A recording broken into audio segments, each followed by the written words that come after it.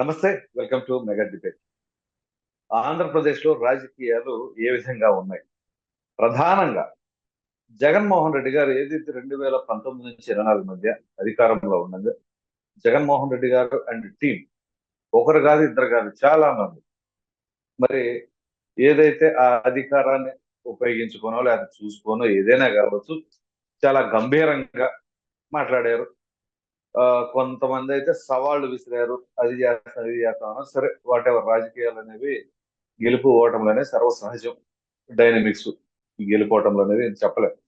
అయితే ఇటీవల అంత పవర్ఫుల్ గా ఉన్న వైసీపీ సడన్ గా ఏం జరిగింది? ఇంత సైలెంట్ అయిపోయింది. ప్రధానంగా జగన్మోహన్ రెడ్డి గారు, మరి ఆయన సైలెన్స్ గల కారణాలు ఏంటి?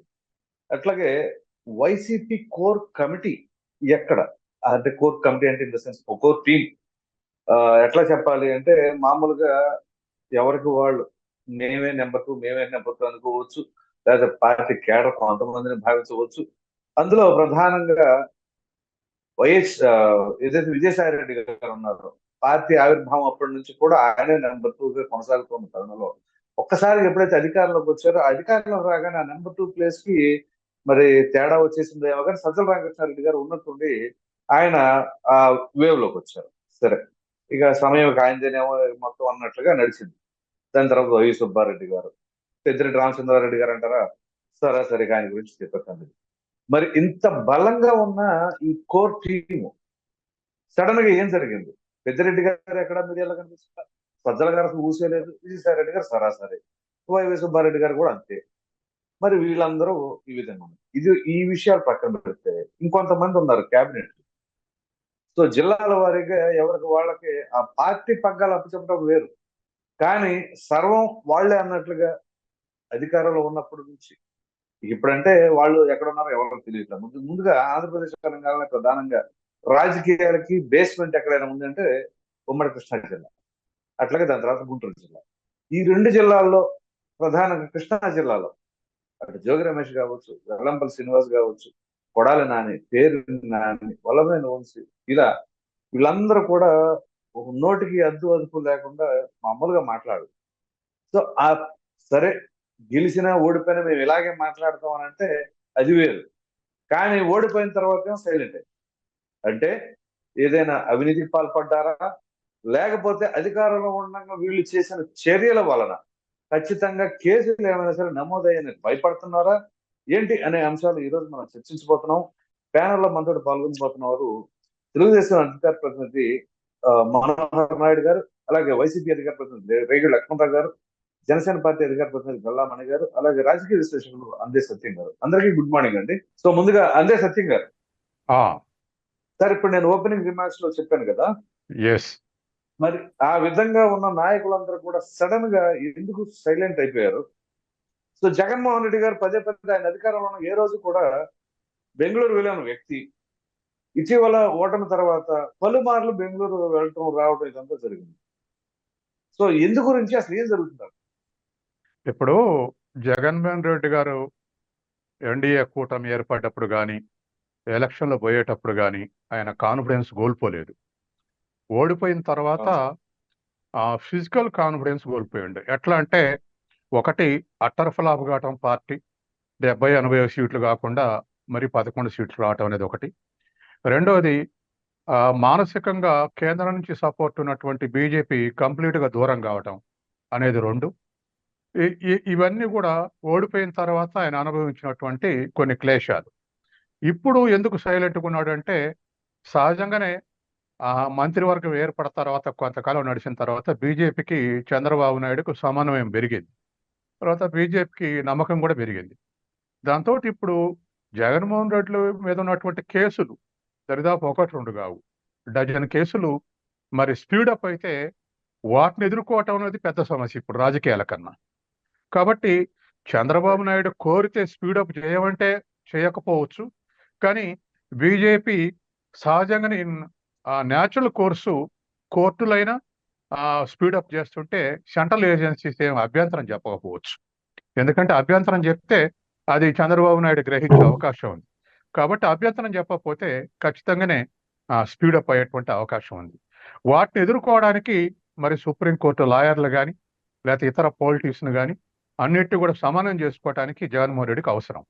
కాబట్టి ఇవాళ ఉన్నటువంటి పరిస్థితుల్లో ఇప్పుడు ఫిజికల్ ప్రెషర్ కూడా తోడైంది ఇవన్నీ రావటంతో. కాబట్టి వాటిని ఎదుర్కొనేటువంటి క్రమంలో సమాయత్తం కావటానికి ఇప్పుడు ఆయనకు రాజకీయాల కన్నా వాటిని ఎదుర్కొనేటువంటి దాని మీద ఎక్కువ కాన్సన్ట్రేట్ చేయాల్సిన అవసరం ఏర్పడుతుంది. తర్వాత రెండవది, అధికారంలో ఉన్నప్పుడు అందరం నీ శిష్యులమే, అందరం నీ భక్తులే అని చెప్పేసి అంటా ఉంటారు ఏ పార్టీలో అయినా. ఆయన ముఖ్యమంత్రి ఉన్నప్పుడు కూడా అట్లే ఉన్నారు.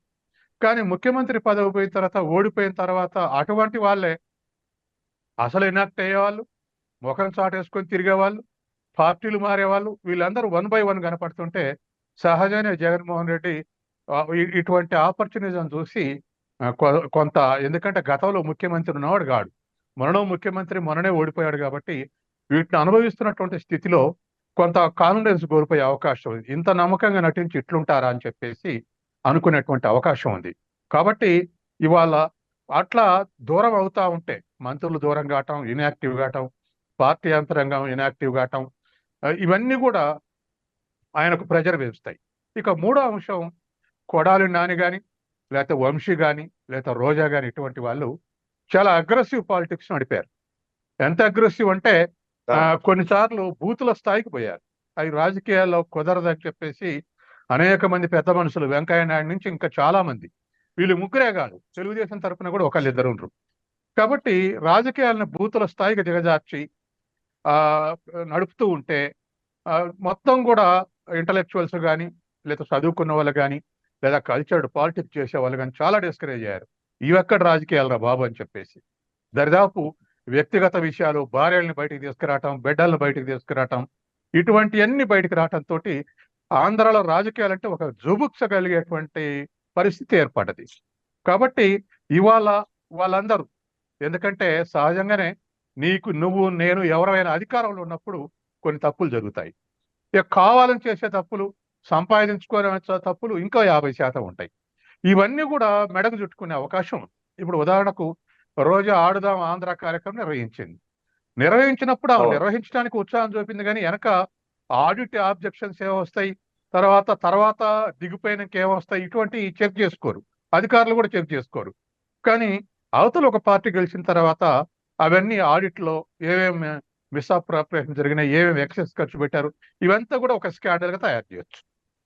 ఇవన్నీ ఇవాళ మరి వ్యక్తిగతంగా దూషించినటువంటి వాటిని కూడా కేసులు బుక్ చేయొచ్చు. ఇవన్నీ కాబట్టే ఇవాళ కొడాలి నాని కానీ, వంశీ కానీ, దరిదాపు రోజా కానీ సెమీ లీగల్, సెమీ యూజీ లైఫ్ గడుపుతున్నట్టుగా మనకు అవుపడతా ఉంది. ఇవాళ వాళ్ళ జనంలోకి పోయి మాట్లాడలేరు. కాబట్టి ఎక్కడ మాట్లాడలే, ప్రెస్ కాన్ఫరెన్స్ లో మాట్లాడాలి. ప్రెస్ కాన్ఫరెన్స్ లో మాట్లాడటానికి విధానాల మీద మాట్లాడాలి. వాళ్ళకు విధానాల మీద మాట్లాడే అలవాటు లేదు, వ్యక్తులుగా తిట్టడం తప్ప. కాబట్టి ఇటువంటి పరిస్థితి ఇవాళ వైసీపీ ఎదుర్కొంటుంది. జాతీయ స్థాయిలో ఇవాళ డిఫెన్స్లు ఉంది, రాష్ట్రంలో డిఫెన్స్ ఉంది, పాలిటిక్స్ లో డిఫెన్స్ ఉంది, విత్ ఇన్ ద ఆర్గనైజేషన్ కూడా డిఫెన్స్ ఉంది. కాబట్టే ఇటువంటి పరిస్థితి మనం చూస్తా ఉన్నాం. Right sir. మరలా వస్తాను. తెలుగుదేశం అధికార ప్రతినిధి మనోహర్ నాయుడు గారు. మనోహర్ నాయుడు గారు, గుడ్ మార్నింగ్ అండి. గుడ్ మార్నింగ్ ప్రసాద్ గారు. సార్ చెప్పండి, మీరు ప్రతిపక్షంలో ఉండగా మీ పైన విపరీతంగా, అది మాటల దాడి కావచ్చు, వ్యక్తిత్వ హననం కావచ్చు, ఏదైనా కావచ్చు, మామూలుగా కాదు, ఓ రేంజ్ లో, మీకు తెలియదేం కాదు, మీ పార్టీకి సంబంధించిన వ్యవహారం కాబట్టి. మరి అటువంటి తరుణంలో మీరేమైనా సరే అవన్నీ మనసులో పెట్టుకొని కక్షపూరితంగా ఏమైనా సరే రాజకీయాలు చేస్తారా, అరెస్టులు చేస్తారా అనే భయంతోనే వైసీపీలోని అప్పట్లో తొడలు కొట్టిన వాళ్ళు కానీ, మీసాల మెలేసిన వాళ్ళు కానీ ఇప్పుడు సైలెంట్ గా అయిపోయారు. అదేంటి అంటే రెడ్ బుక్ చూపించి భయపెడుతున్నారు అని చెప్పేసి జగన్మోహన్ రెడ్డి గారు చెప్తున్నారు. ఇదే రెడ్ బుక్ గురించి నేను కోట్ చేసిన నాయకుడు ప్రధానంగా కొడాలి నాని ఎక్కడోసారి తోసుకోమని చెప్పేసి అని అన్న మీరు చూసే ఉంటారు.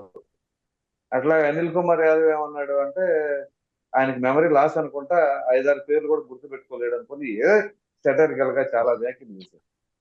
మరి ఏమయ్యారు? అది వేరే అనిల్ కుమార్ యాదవ్, కొడాలి నాని, జోగి రమేష్ అంటే ఇప్పుడు ఆల్రెడీ తిరుగుతా ఉన్నాడు అనుకుంది. సో ఇంకా చాలా మంది ఉన్నారు. ఇంకా ఆ పేర్లు చెప్పుకుంటూ పోతే నా క్వశ్చనే సరిపోద్దు, ఒక అరగంట పోదు. ప్లీజ్ చెప్పండి సార్. ప్రసాద్ గారు, ముందుగా మీకు ఆదాన్ ప్రేక్షకులకు అదేవిధంగా ప్యానెల్లో పాల్గొన్నటువంటి మిత్రులు, పెద్దలు అందరికి కూడా నమస్కారం.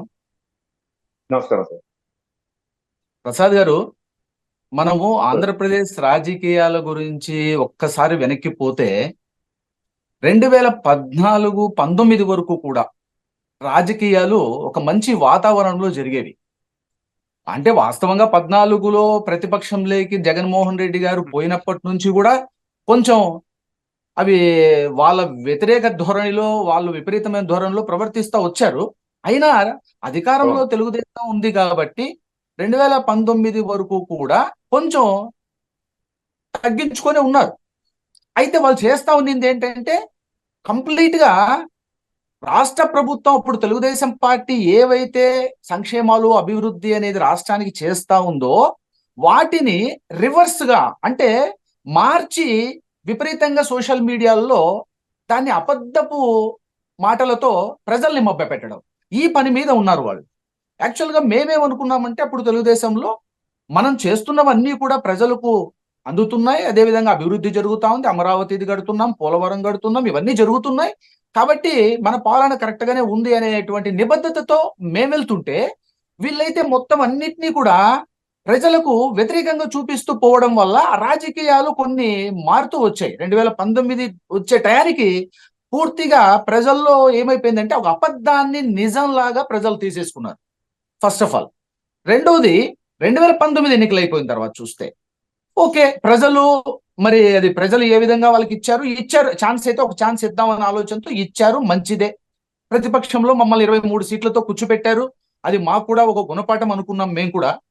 అయితే కూడా బాగా గమనించండి, 2014-19 అధికారంలో ఉన్నప్పుడు కూడా ఏ రోజు తెలుగుదేశం పార్టీ లీడర్లు కానీ లేకపోతే నాయకులు కానీ ఎప్పుడు కూడా దూషణలతో, తిట్లతో ఎప్పుడు కూడా మేము చేసింది లేదు.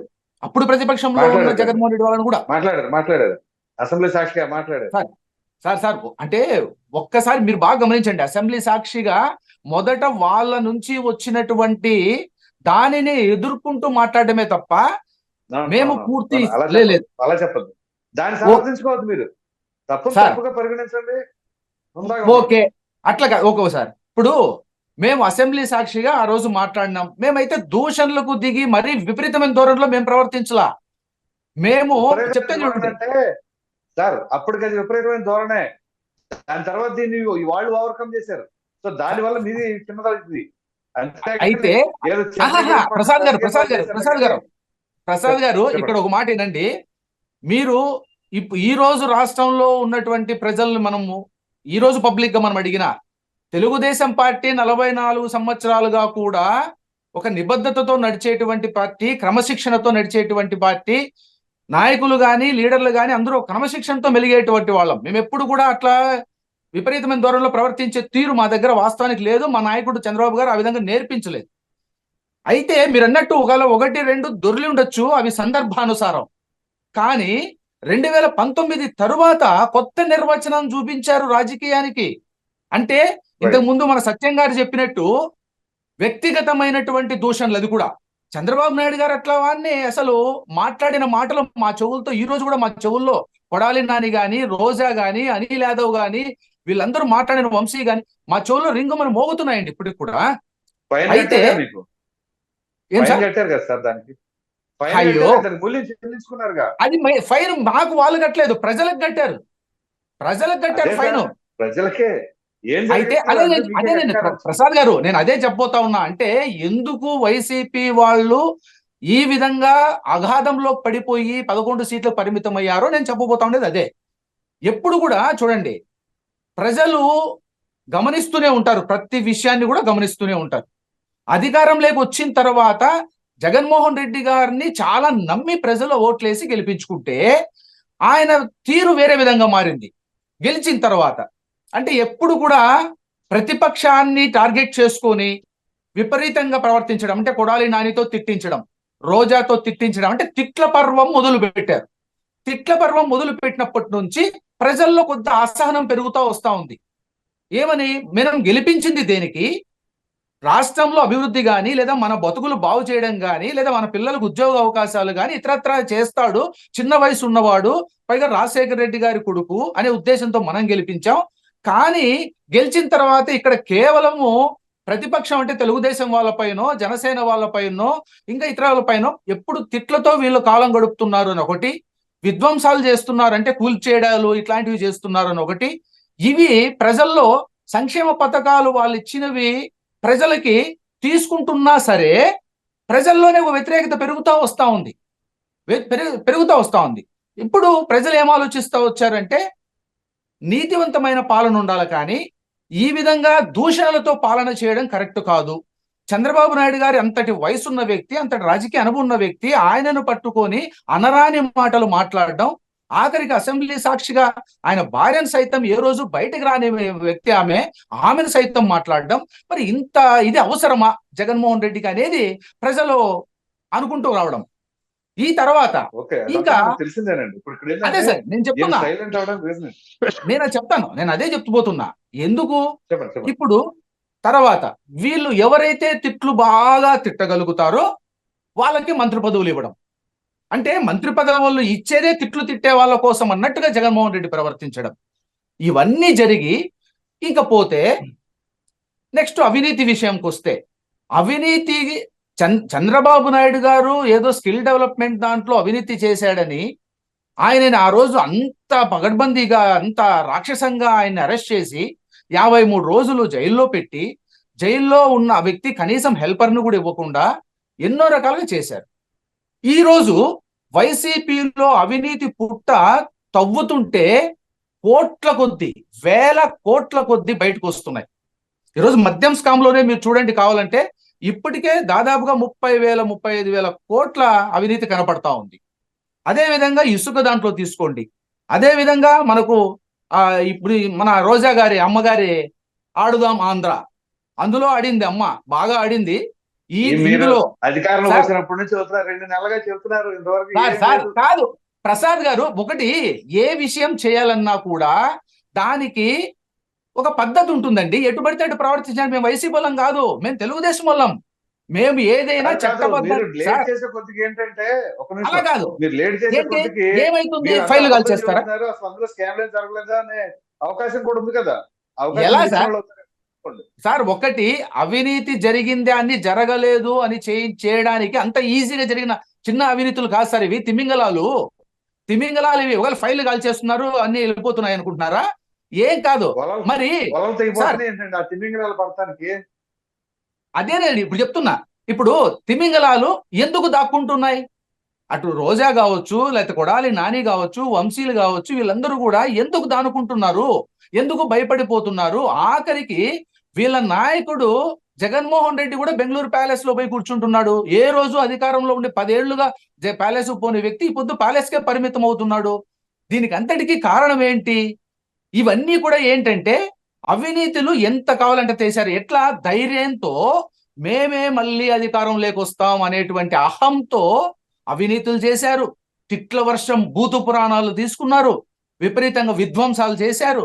ఇన్ని చేసి కూడా ప్రజలు వాళ్ళ మనసులో పెట్టుకునే నిర్ణయాన్ని చూపించేటప్పటికీ ఈ రోజు బేంబేలు ఎత్తిపోయి రెడ్ బుక్ అని అన్నారు. సార్ రెడ్ బుక్ లో మేమేమి ఎవరిని భయపడించడానికి ఏమైనా చేశామా? కాదు. మేము ఎవరు అవినీతి చేశారు, ఎవరు సమస్యలు అంటే మామూలు రాజ్యాంగబద్ధంగా నడవకుండా వ్యతిరేకంగా నడుస్తా ఉన్నారు, వన్ సైడ్ అధికారులు ఎవరి మాట వింటూ ఇక్కడ ప్రజలకు సరైనటువంటి సేవలు ఇవ్వకుండా ప్రతిపక్షాన్ని కంట్రోల్ చేయడం కోసమే పనిచేస్తా ఉన్నారు అనేవన్నీ కూడా నోట్ చేసి పెట్టుకున్నాం. ఎందుకు నోట్ చేసి పెట్టుకున్నాము? ఇంకా దానికి మీరు అన్నారు అనిల్ అండ్ మెమొరీ లేదనో ఎక్సెట్రా ఏమన్నా అనుకోండి, మేము ఖచ్చితంగా తెలుగుదేశం పార్టీ, మళ్ళీ చెప్తున్నాం ప్రసాద్ గారు, మేము ప్రజల యొక్క ఆమోదంతోనే, ప్రజలు హర్షించేలాగానే వీళ్ళను శిక్షిస్తాం తప్ప మేము ఎట్టుబడితే అడ్డుబద్దిడ్డంగా మేము వెళ్ళాం. అన్యాయంగా కేసులు పెట్టాం, అక్రమంగా ఎవరిని నిర్బంధించడం, వాళ్ళు చేసిన తప్పులను వెలికి తీసి ప్రజలకు చూపించి న్యాయస్థానానికి, చట్టానికి వీటన్నిటిని తేటతల్లం చేసే ఒక్కొక్కరికి వాళ్ళ శిక్ష పడేలాగా చేస్తాం తప్ప కక్షపూరితమైనటువంటి ధోరణిలో మేము ప్రవర్తించేది లేదు. ఎందుకంటే ప్రజల సొమ్ము ఇంకా మమ్మల్ని తిట్టిన విషయం ఏమంటావా? మమ్మల్ని వాళ్ళు తిట్టినా సరే మేమైతే వాళ్ళని తిట్టదలుచుకోలేదు. మేము వాళ్ళని తిట్టాం, వాళ్ళ పైన దూషణలు చేయం, పొరపాటున కూడా మేము మళ్ళీ ప్రజల్లో మేము కూడా ఒక చెడ్డ ముద్ర వేయించదలుచుకోలేదు. కాబట్టి వీళ్ళని మేము చట్టబద్ధంగానే వీరి అన్యాయాలను బయటకు తీస్తాం, అవినీతులను బయటకు తీస్తాం, ఒకరొకరిని లైన్ లో పెట్టుకొని తీసుకుంటూ వస్తాం. ఇది ప్రజల ఆమోదంతో చేస్తాం తప్ప కక్షపూరితంగా అయితే చెయ్యము. రైట్ రైట్ రైట్ మళ్ళీ వస్తాం సార్. మణిగారు గుడ్ మార్నింగ్ అండి. Sir good morning sir, very very good morning sir. మీకు అలాగే ప్యానెల్లో ఉన్న సభ్యులకి అందరికీ ముఖ్యంగా నా నమస్కారాలు సార్. నమస్కారం అండి. ఏంటండి యాక్చువల్ గా మీరు అంటే కూటమిగా అధికారంలో ఉన్నారు, మరి ఇటువంటి తరుణంలో సో పవన్ కళ్యాణ్ గారు అంటే ఆయనకు ఒక విధానం ఉంది. ఏంటి అంటే కక్షపూరిత ధోరణికి వెళ్ళొద్దు. ప్రధానంగా మీ పార్టీ సమావేశం సభలో కూడా ఆయన చెప్పారు, ఏది కోర్ కమిటీ సభ్యులతో కావచ్చు, కొంతమంది నాయకులతో కావచ్చు, ఎమ్మెల్యేలతో కావచ్చు, అందరితో కావచ్చు, అవినీతికి ఎక్కడ పాల్పడవద్దు, అదేవిధంగా కక్షపూరిత ధోరణితో మనం వ్యవహరించే పని లేదు, ఏదేమైనా మనం జవాబుదారులు కాబట్టి కమిటెడ్ గా పనిచేద్దాం అని చెప్పేసి పవన్ కళ్యాణ్ గారు పదే పదే చెప్పడం జరిగింది. అయితే ఇక్కడ అట్ ద సేమ్ టైం ప్రజలకు కావాల్సింది కూడా ఏంటి అంటే, ఎవరైనా సరే అన్యాయానికి పాల్పడితే ఆ అన్యాయాలకు సంబంధించింది కానీ అవినీతికి సంబంధించింది కానీ ప్రజలకు సమాధానం చెప్పేలాగా ఉండాలి, అది ఖచ్చితంగా చేయాల్సింది. మరి అటువంటిది ఇప్పుడు పవన్ కళ్యాణ్ గారు ఏదైతే ఈ అవినీతికి సంబంధించిన అంశాలపైన సరే అఫ్కోర్స్ కక్షపూరిత ధోరణితో వ్యవహరించవద్దు అనేది మంచి పరిణామం, కానీ ఇక్కడ ఏదైతే పవన్ కళ్యాణ్ గారిని ఉద్దేశించి చాలా మంది నాయకులు మాట్లాడారు, అయినా సరే దాని పరిగణలోకి తీసుకోమని ఎవరు అడగట్లేదు, హర్షించదగ్గ అంశం. కాకపోతే ఈ విషయంలో అవినీతికి సంబంధించిన అంశాలను ఏ విధంగా వెలుగు తీయబోతున్నారు? అదేవిధంగా జగన్మోహన్ రెడ్డి గారు పదే పదే బెంగళూరు ఎందుకు వెళ్తున్నారు? ఆయన అక్కడ నుంచే అంటే అంతకుముందు ఎప్పుడు వెళ్ళిన వ్యక్తి కూడా ఇప్పుడు ఎందుకు వెళ్తున్నారు? అసలు అక్కడ నుంచి ఏమైనా చేస్తున్నారా అని చెప్పేసి మీరు ఏమైనా నిఘా పెట్టారా ప్రభుత్వం తరఫున? సార్ ఇప్పుడు మనం సార్ ముఖ్యంగా ఇప్పుడు ముగ్గురు విషయాల గురించి మాట్లాడుకోవాలి సార్.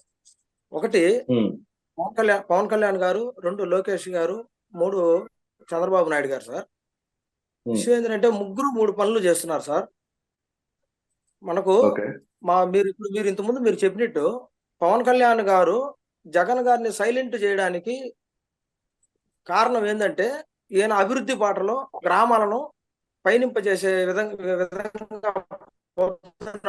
కాబట్టి గ్రామ స్థాయి నుంచి, అందువల్ల వీళ్ళు ఏమి చేయాలి, మేము ఏమి లోటుపాట్లను తప్పు ఒప్పులను మనం ఏమి చూపించాలి ఈ గవర్నమెంట్ ఈ కూటమి ప్రభుత్వంలో అనే ఒక విచిత్రమైన ధోరణిలో ఏమైపోయిందంటే వాళ్ళకు సరిగ్గా ఈ తప్పులు ఎతకలేక సైలెంట్ అయిపోయారు సార్. రెండోది వచ్చేసి లోకేష్ గారు రెడ్ బుక్ చూసి కూడా వాళ్ళు భయపడుతున్నారు. 3 చంద్రబాబు నాయుడు గారి అడ్మినిస్ట్రేషన్ చూసి వాళ్ళకి అర్థం కావడం లేదు. ఎందుకు అర్థం కావడం లేదంటే నిన్న మీరు చూశారు సార్, మా కడప జిల్లాకు కూడా మన పవన్ కళ్యాణ్ గారు వచ్చారు సార్. ఏది ఇంతకు ముందు మన డెబిట్లు కూడా మనం మాట్లాడుకున్న అన్నమయ్య వరద బాధితులు డ్యామ్ కొట్టుకోబోయింది, ఆ స్కామ్ పెద్ద స్కామ్ ఇసుక స్కామ్ ఉన్నారు కదా, మనం మాట్లాడుకున్నాం కదా సార్ పోయిన డెబిట్ లో సార్. అది ఆయన అన్నమయ్య డ్యామ్ వచ్చి దాదాపు సార్ అది 50 కిలోమీటర్లు అంతా అడవి ప్రాంతం సార్. అది మారుమూల పల్లి లాస్ట్ చివరి సార్, అది మారుమూల పల్లె. అటువంటి పల్లికి కూడా పోయి పవన్ కళ్యాణ్ గారు అక్కడ వాళ్ళందరినీ పరామర్శించి వాళ్ళకందరికీ ధైర్యం చెప్పి వచ్చారు సార్. అంటే మీరు అర్థం చేసుకోండి సార్, ఎంత గ్రామ స్థాయి అటవీ ప్రాంతాల్లో ఉండే గ్రామాలను కూడా వీళ్ళు అభివృద్ధి చేయాలని ఆయన పరిగెడుతున్నాడు. దాదాపు నిన్న 13,000 చిల్లర పైచిలకు ఒకేసారి గ్రామ సభలు నిర్వహించారంటే అది దాని అర్థమే సార్. ప్రపంచంలోనే ఎక్కడా జరగనటువంటి అభివృద్ధి సార్. అది ప్రపంచంలోనే ఎక్కడా జరగల ఇంతవరకు ఒకేసారి. అంటే ఇంత అభివృద్ధి బాటలో ఆయన పయనిస్తాడు కాబట్టి ఈ వైసీపీ వాళ్ళకి దిక్కుదోసని స్థితిలో వీళ్ళు అండర్ గ్రౌండ్కి వెళ్ళిపోయారు సార్. 2 ఇంకొక విధంగా కూడా వీళ్ళు అండర్ గ్రౌండ్కి వెళ్ళిపోయారు సార్. వీళ్ళు చేసిన తప్పులు మీకు తెలిసే ఉంటారు సార్. వీళ్ళు చేసిన తప్పులు ఎలా ఉందంటే ఈ స్కాములు అది విపరీతమైన, ఇంతవరకు మన స్వాతంత్రం వచ్చినప్పటి నుంచి కూడా ఇటువంటి ఇంత పెద్ద స్కాములు 50-60 ఏళ్ళు పై చిలుకు మన స్వాతంత్రం వచ్చిన తర్వాత ఈ 5 ఏళ్లలో జరిగిన స్కాము ఒకటే ఒక ఎత్తు సార్. ఈ స్కాములన్నీ కూడా మన సార్ ఇంతకుముందు ఆయన చెప్పినట్టు ఈ స్కాములన్నీ కూడా వీళ్ళన్నీ అండర్ గ్రౌండ్ లోకి వెళ్ళిపోయి కొంతమంది పెద్ద పెద్ద మేధావులైనటువంటి లాయర్లను, పెద్ద పెద్ద జడ్జిలను, రిటైర్డ్ అయిన వాళ్ళందరినీ పెట్టుకొని ఈ కేసుల నుంచి ఎట్లా బయటపడాలి, మనం ఏ విధంగా మనం బెయిల్ తెచ్చుకోవాలి అనే ఒక ఇదిలో వీళ్ళు అండర్ గ్రౌండ్కి వెళ్ళిపోయి మొత్తం అంతా ఫైల్ ని ప్రిపేర్ చేసుకుంటున్నారు సార్. అంతకు మించే గానీ లేదంటే మొన్న ఏదో ఒక ఇన్సిడెంట్ జరిగితే దానిపైన వచ్చి ఊరికి అట్లా గోల చేసి వెళ్ళిపోయారు కానీ వీళ్ళు యాక్చువల్ గా వీళ్ళు చేసిన తప్పులన్నీ సరిదిద్దుకోవడానికి ఎట్లా ఆ కేసుల నుంచి బయటపడాలని అండర్ గ్రౌండ్ లో ఈ పెద్ద పెద్ద లాయర్లని రిటైర్డ్ అయిన జడ్జిలని పెట్టుకొని దాన్ని ఏ విధంగా మనం ముందుకెళ్ళాలని ఒక ప్రయత్నంలో ఉన్నారు సార్. పోతే మన సార్ అన్నట్టు రోజా గారు ఆ, అది స్కామ్ చేశారన్నారు కదా మన ఆడుదాం ఆంధ్రాలో. ఆ ఆడుదాం ఆంధ్ర స్కామ్ సార్, అది వాళ్ళు ఏదో తెలియక చేసేసి అట్లా చేసి ఇట్లా చేసి ఏదో లెక్కలు చూపించడం చాతరాక కాదు సార్. అది వాళ్ళ డబ్బుల కోసం, అది స్కామ్ చేయడానికి కోసమే అది వాళ్ళు దాన్ని ఆడుదాం ఆంధ్ర పెట్టింది. అందుకే 11 మంది కరెక్ట్ గా టీం కూడా, దేవుడు కూడా ఏం చేశాడంటే 11 మందినే కరెక్ట్ గా పెట్టాడు. ఒక టీం క్రికెట్ టీం లాగా. ఆమె 100 కోట్ల స్కామ్ సార్ అది. అక్కడ ఋషికొండలో కూడా దాదాపు 28 కోట్లు పెట్టి ఒక చిన్న కబ్బోర్డు కట్టారంటే ఎంత పెద్ద స్కామ్ సార్ అది. అది కబ్బోర్డుకు ఎంత సార్? 500 అవుతుంది సార్. మా ఏరియాలో చేస్తే 500 అవుతుంది. 28 కోట్లు పెట్టారంటే అది వాళ్ళు ఏదో లెక్కలు అట్లా చూపించడానికి, అదేదో అట్లా వాళ్ళ వల్ల అధికారులు వాళ్ళు వీళ్ళు చేయడానికి అని కాదు. మన సార్ గారు ఇంతకుముందు మాట్లాడినట్టు వాళ్ళు అది డబ్బులు దానిలో గుంజేయడానికే ఆ విధంగా చేశారు సార్. పోతే ఈయన జగన్ గారు కూడా అందుకే సార్, ఇక్కడ జగన్ గారు ఆంధ్రాలో ఉన్నా హైదరాబాద్ లో ఉన్నా ఇబ్బంది పడతారని, బెంగళూరుకి అయితే ఇబ్బంది ఉండదు, సేఫ్ ప్లేస్ అని అక్కడికి వెళ్ళి అక్కడి నుంచి మొత్తం రాజకీయం నడుపుతున్నాడు సార్. అంటే రాజకీయం అంటే అదే, ఆయన కేసుల నుంచి ఎట్ట బయటపడాలి, ఏమి చేయాలి, బెంగళూరు అయితేనే ఆయనకు కరెక్ట్ ప్లేస్ అని ఎంచుకొని అక్కడికి వెళ్ళిపోయాడు ఆయన. లేదు ఇక్కడ ఆంధ్రాలాగా ఉంటే ఏదో ఒక రకంగా ఇది జరుగుతూ ఉంటే ఆయన చూడలేక ఇబ్బంది పడి మళ్ళీ బయటకు వస్తే ఆడ ఎన్ని కేసులు మిందేసి అరెస్ట్ చేస్తారని అక్కడికి వెళ్ళారు. హైదరాబాద్ వెళ్ళా కూడా హైదరాబాద్ లో కూడా అక్కడ కూడా వాళ్ళు ఇదే పని చేస్తారని చెప్పి భయపడేసి ఆయన బెంగళూరు వెళ్ళడం మెయిన్ రీజన్ అదే సార్. మన ఆంధ్రాలో ఉంటే ఇబ్బంది పడతాడు ఆయన, అందుకని బెంగళూరు వెళ్ళి అక్కడ చేస్తున్నాడు. రెండోది, ఆయన బయటకు వచ్చి చేయడానికి ఏమి లేదు. వీళ్ళు సైలెంట్ అవడానికి మెయిన్ కారణం, ఫస్ట్ కారణం పవన్ కళ్యాణ్ గారు, చంద్రబాబు నాయుడు గారు ఇద్దరు చేస్తున్న ఒక అభివృద్ధిని చూసి వీళ్ళు మెయిన్ మాట్లాడడానికి ఏ అవకాశం లేదు. ఏదో చిన్న ఒక ఇన్సిడెంట్ తో మీరు చూశారు సార్, అది వచ్చింది బయటకు వచ్చి దాని మీద అంతా గలాట్లు చేసిపోయారు. పోతే సార్ ఇంకొకటి ఏంటంటే వైసీపీ భాగంగా మాకు మంగంపేట మైన్స్ ఉంది సార్. మంగంపేట మైన్స్ మాది railway Koduru constituency sir. Mangampet mines ఉంది సార్. మంగంపేట మైన్స్ లో వచ్చేసి మీరు తప్పుగా ఏమనుకోదు సార్, ఒక చిన్న మాట చెప్తాను. విషయం ఏంటంటే సార్, ఇక్కడ కుల ప్రస్తావన తెస్తున్నాను ఏమనుకోదు. ఇక్కడ ఓన్లీ జగన్మోహన్ రెడ్డి సామాజిక వర్గం, రెడ్డి సామాజిక వర్గం సార్ ఇక్కడ ఉండేది. మా ఊర్లో ఒక 5 కులాలు ఉన్నాయి సార్. రెడ్డి సామాజిక వర్గం సంబంధించి 80 ఇల్లులే సార్, 80 స్ట్రక్చర్స్ సార్, 80 ఇల్లులు ఉన్నాయి సార్. అంటే 150 ఓట్లు ఉంటాయి సార్ వాళ్ళు. ఆ 80 ఇల్లులు ఏం చేశారంటే సార్, పెద్ద పెద్ద భవనాలు, పెద్ద పెద్ద కాంప్లెక్స్లు, కళ్యాణ మండపాలు ఇవన్నీ కట్టి అక్కడ దాదాపు 80 ఇల్లు అయితే 800 ఇల్లు చేసి 600 కోట్ల రూపాయలు. అది ఎట్లా, ఎంత పెద్ద స్కామ్ అంటే 600 కోట్ల రూపాయలు. దాంట్లో పెద్దిరెడ్డి రామచంద్రారెడ్డి దాంట్లో మైన్స్ మినిస్టర్ సార్. 600 కోట్ల రూపాయలు దాన్ని మొత్తం స్కామ్ చేశారు సార్. 600 కోట్ల రూపాయలు 80 ఇల్లులే సార్ అది. మిగతా కులాలు, మిగతా హరిజనులు, గిరిజనులు, ఈ బలిజా కమ్యూనిటీ, వేరే యాదవ్ కమ్యూనిటీస్, ఇది వేరే వేరే కమ్యూనిటీ అన్నిటి కూడా ఈ పక్కన పెట్టారు. అవి 50 మీటర్ల దూరంలో మైన్స్ కానుకొని ఉన్నాయి సార్. అంటే మీరు ఆలోచించండి, అంటే అక్కడ కూడా పార్షియాలిటీ, అంటే ఆ సామాజిక వర్గం నుంచే వాళ్ళకి మట్టుకే లబ్ధి చేకూరగలి ఎంత పెద్ద పెద్ద స్కాములు చేశారో. ఈ స్కాములు అన్నిటినీ కప్పిపుచ్చుకోవడానికే సార్.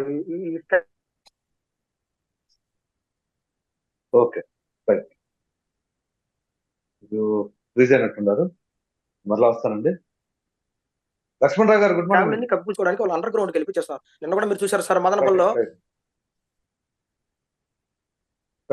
చిన్న టెక్నికల్ ఇష్యూ ఉన్నట్టుంది మణి గారు, అవన్నీ వాళ్ళు చేయడానికి, ఈ కేసులు తప్పి ఎట్లా బయటపడాలని చేయడానికి మైండ్ లైఫ్ చేస్తారు. ఒకటి. రెండు, పవన్ కళ్యాణ్ గారు చేస్తున్నారు. మీరు లేవు రోడ్డు మీదకి వచ్చి మీరు ఈ గవర్నమెంట్ ఏం చేయలేకపోతున్నారా అని మాట్లాడడానికి అవకాశాలు లేక వాళ్ళు అండర్ గ్రౌండ్కి వెళ్ళిపోయినారు. మణి గారు, లక్ష్మణరావు గారు, గుడ్ మార్నింగ్ అండి. గుడ్ మార్నింగ్ అండి ప్రసాద్ గారు, గుడ్ మార్నింగ్ సార్. ఇప్పుడు దాకా మీరు చాలా ఓర్పుగా ఉన్నందుకు థ్యాంక్ యూ అండి, I really appreciate you. So విషయం ఏంటి అంటే, మీరు ఎన్నికలకు ముందు ఒక పార్టీ నుంచి ఇంకో పార్టీలోకి వచ్చారు. కానీ ఏదైతే పార్టీ మారినా మీరు ఒక పార్టీని డిసైడ్ అయిపోయి వచ్చారు కాబట్టి దానికి స్టిక్ అనే ఆ వాయిస్ చాలా బలంగా వినిపిస్తున్నారు. అటువంటిది ఇదే వైసీపీకి ఎన్నికలకు ముందు చాలా యాక్టివ్ గా ఉండి కొంతమంది పదవులు పొందిన వాళ్ళు ఉన్నారు, మరి కొంతమంది స్వచ్ఛందంగా చేసిన వాళ్ళు ఉన్నారు, పార్టీకి సంబంధించి బలంగా వాయిస్ వినిపించారు. కానీ మొన్న ఎన్నికల ఫలితాలు ఎలాగైతే వచ్చినాయి, ఆ ఫలితాలు చూసిన తర్వాత చాలా మంది సైలెంట్ అయిపోయారు. ఇంకా మీ వాయిస్ వైసీపీ తరఫున వినిపించడానికి కూడా కొంతమంది నేను తర్వాత వస్తానులేండి, కొన్ని నెలలు పోయిన తర్వాత వస్తానులేండి అని చెప్పిన సమాధానాలు ఉన్నాయి. ఉదాహరణకి 2019లో జనసేన ఓడిపోయినప్పుడు కూడా అదే పరిస్థితి. ఇదే జనసేనకు సంబంధించి చాలా మంది అప్పుడు గొప్పగా మాట్లాడి ఎన్నికల్లో ఘోర ఓటమి వచ్చిన తర్వాత మొహం చాటేసి టీవీ డిబేట్లు కూడా రాలేని పరిస్థితుల్లో అప్పుడు జనసేన పార్టీకి సంబంధించిన వాళ్ళు ఉన్నారు. ఆ తర్వాత వాళ్ళు పార్టీలు ఫిరాయించుకున్నారు, అది వేరే విషయం. సో ఇప్పుడు సిమిలర్ పరిస్థితి వైసీపీ కూడా వచ్చిందా? ఇక్కడ ప్రధానంగా గతంలో అంత బలంగా నుంచి ఇప్పుడు సడన్ గా ఎంత డౌన్ ఫాల్ వచ్చేసారు. అసలు ఏం జరుగుతుంది పార్టీలో? మరి కోర్ కమిటీగా ఉన్న నాయకులు అంటే ప్రెస్ మీట్ పెట్టే సజ్జల రామకృష్ణారెడ్డి గారు ప్రభుత్వ హయాంలో చీటికి మాటికి ప్రెస్ మీట్ పెట్టారు. అసలు ఆ శాఖకి సంబంధం ఉన్నా లేకున్నా ఏ చిన్న విషయం వచ్చినా అది పార్టీది కావచ్చు, ప్రభుత్వానికి కావచ్చు, అఫ్కోర్స్ ప్రభుత్వ సలహాదారు. కానీ మరి ఇప్పుడు అప్పుడు ప్రభుత్వ సలహాదారులైనా పార్టీకి సంబంధించిన ఒక నాయకుడే కదా సజ్జల గారు, ఇప్పుడు కూడా అదే పార్టీకి సంబంధించిన నాయకుడే కదా. ఇప్పుడు ఏమైపోయారు? అలాగే విజయసాయి రెడ్డి గారు, ఆయన చక్రం తిప్పిన క్యాండిడేట్, ఆయన ఏమైపోయారు? అసలు జగన్మోహన్ రెడ్డి గారికి ఉన్న ఈ కోర్ టీం అంతా కూడా ఎటైనా వెళ్ళిపోయింది. జగన్మోహన్ రెడ్డి గారు అసలు బెంగళూరు ప్రతిసారి వెళ్తానే ఉన్నారు. ఏంటి దాని వెనకాల ఉన్న అంతర్యార్థం? ఏదైనా చేస్తున్నారా ఏంటి?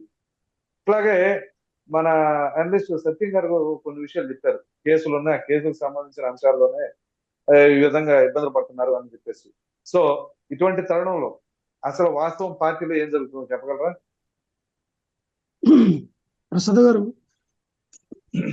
చెప్పండి. ప్రసాద్ గారు, మీకు అలాగే ప్యానెల్ ఉన్న పెద్దలకి ఆదాంటి వీక్షలకి యాజమాన్యానికి హృదయపూర్వక నమస్కారం. నమస్కారం. అయితే ప్రసాద్ గారిని అనేది ఏంటంటే, జగన్మోహన్ రెడ్డి గారు కేసులు ఆయన మీద పెట్టినటువంటి గత ప్రభుత్వంలో కాంగ్రెస్ హయాంలో ఉన్నటువంటి కాంగ్రెస్ పార్టీ అలాగే చంద్రబాబు నాయుడు గారి యొక్క సహకారంతో పెట్టినట్లు కేసులన్నింటినీ కూడా ఏ రకంగా ఎదుర్కొన్నారు. ఆయన ఒక సంవత్సరంన్నర పాటు జైల్లో ఉండి ఆయన ఒక రాటు తేలినటువంటి పొలిటీషియన్గా ఏ విధంగా ఆయనకైనా చెక్కిన శిల్పంగా తయారయ్యారు, పాదయాత్ర చేశారు, ప్రజల్లో ఒక నమ్మకాన్ని తెచ్చుకున్నారు. ఎస్, మనకి ఒక రాజశేఖర్ రెడ్డి గారు లాంటి పరిపాలన అందించాలంటే జగన్మోహన్ రెడ్డి గారు ఖచ్చితంగా ఇవ్వగలరు అనే ఒక నమ్మకాన్ని పెంపొందించుకున్నారు. కాబట్టి 2019లో మా ప్రభుత్వం అధికారంలోకి రావడం జరిగింది.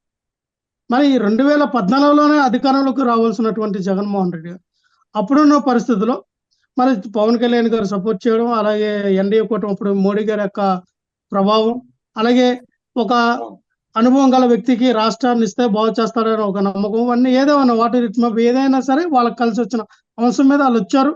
వాళ్ళు వచ్చి చేయవలసిన కార్యక్రమాలు చేశారు, పరిపాలన చేశారు. ఇవన్నీ కూడా ప్రజలు గమనించారు. చంద్రబాబు నాయుడు గారు వస్తే 1995 నుంచి ఇప్పటి వరకు జరిగిన పరిపాలన ఏంటనేది వాళ్ళు బేరే చేసుకున్నారు. తద్వారా మాకు ఇవ్వాల్సిన అవకాశం మాకు ఇచ్చారు. సరే, మా పార్టీలో ఉన్నటువంటి నాయకులందరూ కూడా ఎవరైతే రోజా గారు, కొడాల నాని గారు, వంశీ గారు, తదుపరి వ్యక్తులు ఎవరైతే బలంగా మాట్లాడినటువంటి అనిల్ కుమార్ అవనండి, పేరు నాని గారు, ఇటువంటి వ్యక్తులు కూడా కనబడట్లేదు, ఎక్కడ ఉన్నారో ఏంటో అంటున్నారు. మరి పేరు నాని గారు అయితే ప్రతిరోజు కూడా రోజు తప్పించి రోజు ప్రెస్ మీట్లు పెడతా ఉన్నారు. కొడాల నాని గారు అది వరకు మాట్లాడారు. తర్వాత ఆయనకి నాకున్నటువంటి సమాచారం ప్రకారంగా ఆయనకున్నటువంటి కొంత వరకు హెల్త్ బాగోలేదు. హెల్త్ ఇష్యూ కొంచెం ఆయన మరి తన యొక్క ప్రైవేట్ జీవితాన్ని జీవిస్తూ ఉన్నారు. ఒక 2-3 నెలల తర్వాత ఆయన కూడా ఫీల్డ్లోకి వచ్చి మాట్లాడే పరిస్థితులు ఉంటాయి. ఖచ్చితంగా ఆయన కూడా వాయిస్ వినిపిస్తారు. మరి వంశీ గారు అయితే ఏదైతే తనను అక్రమంగా అరెస్ట్ చేయాలనుకునే ఉద్దేశంతో మరి ప్రభుత్వం చూస్తూ ఉందో దాని మీద ఈ నెల 28 వరకు కూడా ఆయనకి అరెస్ట్ చేయొద్దని కోర్టు ఇచ్చిన తీర్పు అయితే ఏదైతే ఉందో దాన్ని కూడా మనం గమనించాం. దాని మీద కూడా వల్లభనేని వంశీ గారు కూడా రియాక్ట్ అవుతారు, మాట్లాడతారు. ఎవరు ఎక్కడికి వెళ్ళిపోలా. మరి అనిల్ కుమార్ గారు కానీ, సమ్ ఎక్స్వైజెడ్ రోజా గారు కానీ వీళ్ళందరూ కూడా మాట్లాడే టైం వస్తే మాట్లాడతారు. ఖచ్చితంగా ఆ టైంకి ఖచ్చితంగా స్పందిస్తారు. మేమేంటంటే అధికారం కోల్పోయిన తర్వాత ఇంకా వీళ్ళు వచ్చిన ఈ 70 రోజుల్లో ఏం చేయలేదండి. ఒక పెన్షన్ ఇవ్వడం తప్ప మిగతాది కూడా ఏ కార్యక్రమం చేయలే. ఇంకా వీళ్ళకి టైం ఇస్తే వీళ్ళు చెప్పినటువంటి సూపర్ 6 అమలు చేస్తారా లేదా, వీళ్ళు చెప్పినటువంటి సంక్షేమ పథకాలు అమలు చేస్తారా లేదా, ఇవన్నీ చూసుకొని అటాక్ చేస్తారు తప్ప ఏమి లేని దానికి అటాక్ చేసి ఉపయోగం ఉందండి. మాట్లాడవలసిన పరిస్థితే లేదు కదా.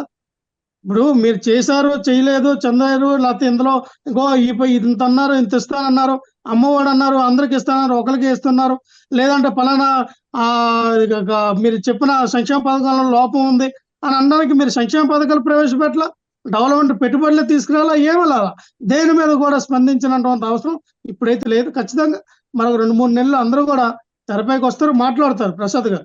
ఇంకోటి ఏంటంటే అవినీతి జరిగింది అంటారు గత ప్రభుత్వంలో అవినీతి జరగడానికి ఆస్కారమే లేదు. ఎందుకంటే జగన్మోహన్ రెడ్డి గారు అంతా ఆన్లైన్ ధర డిజిటలైజేషన్ ధర 4,90,000 కోట్ల రూపాయలు డిబిటీ నాన్ డిబిటీ ధర ప్రజల వద్దకే వెళ్ళింది.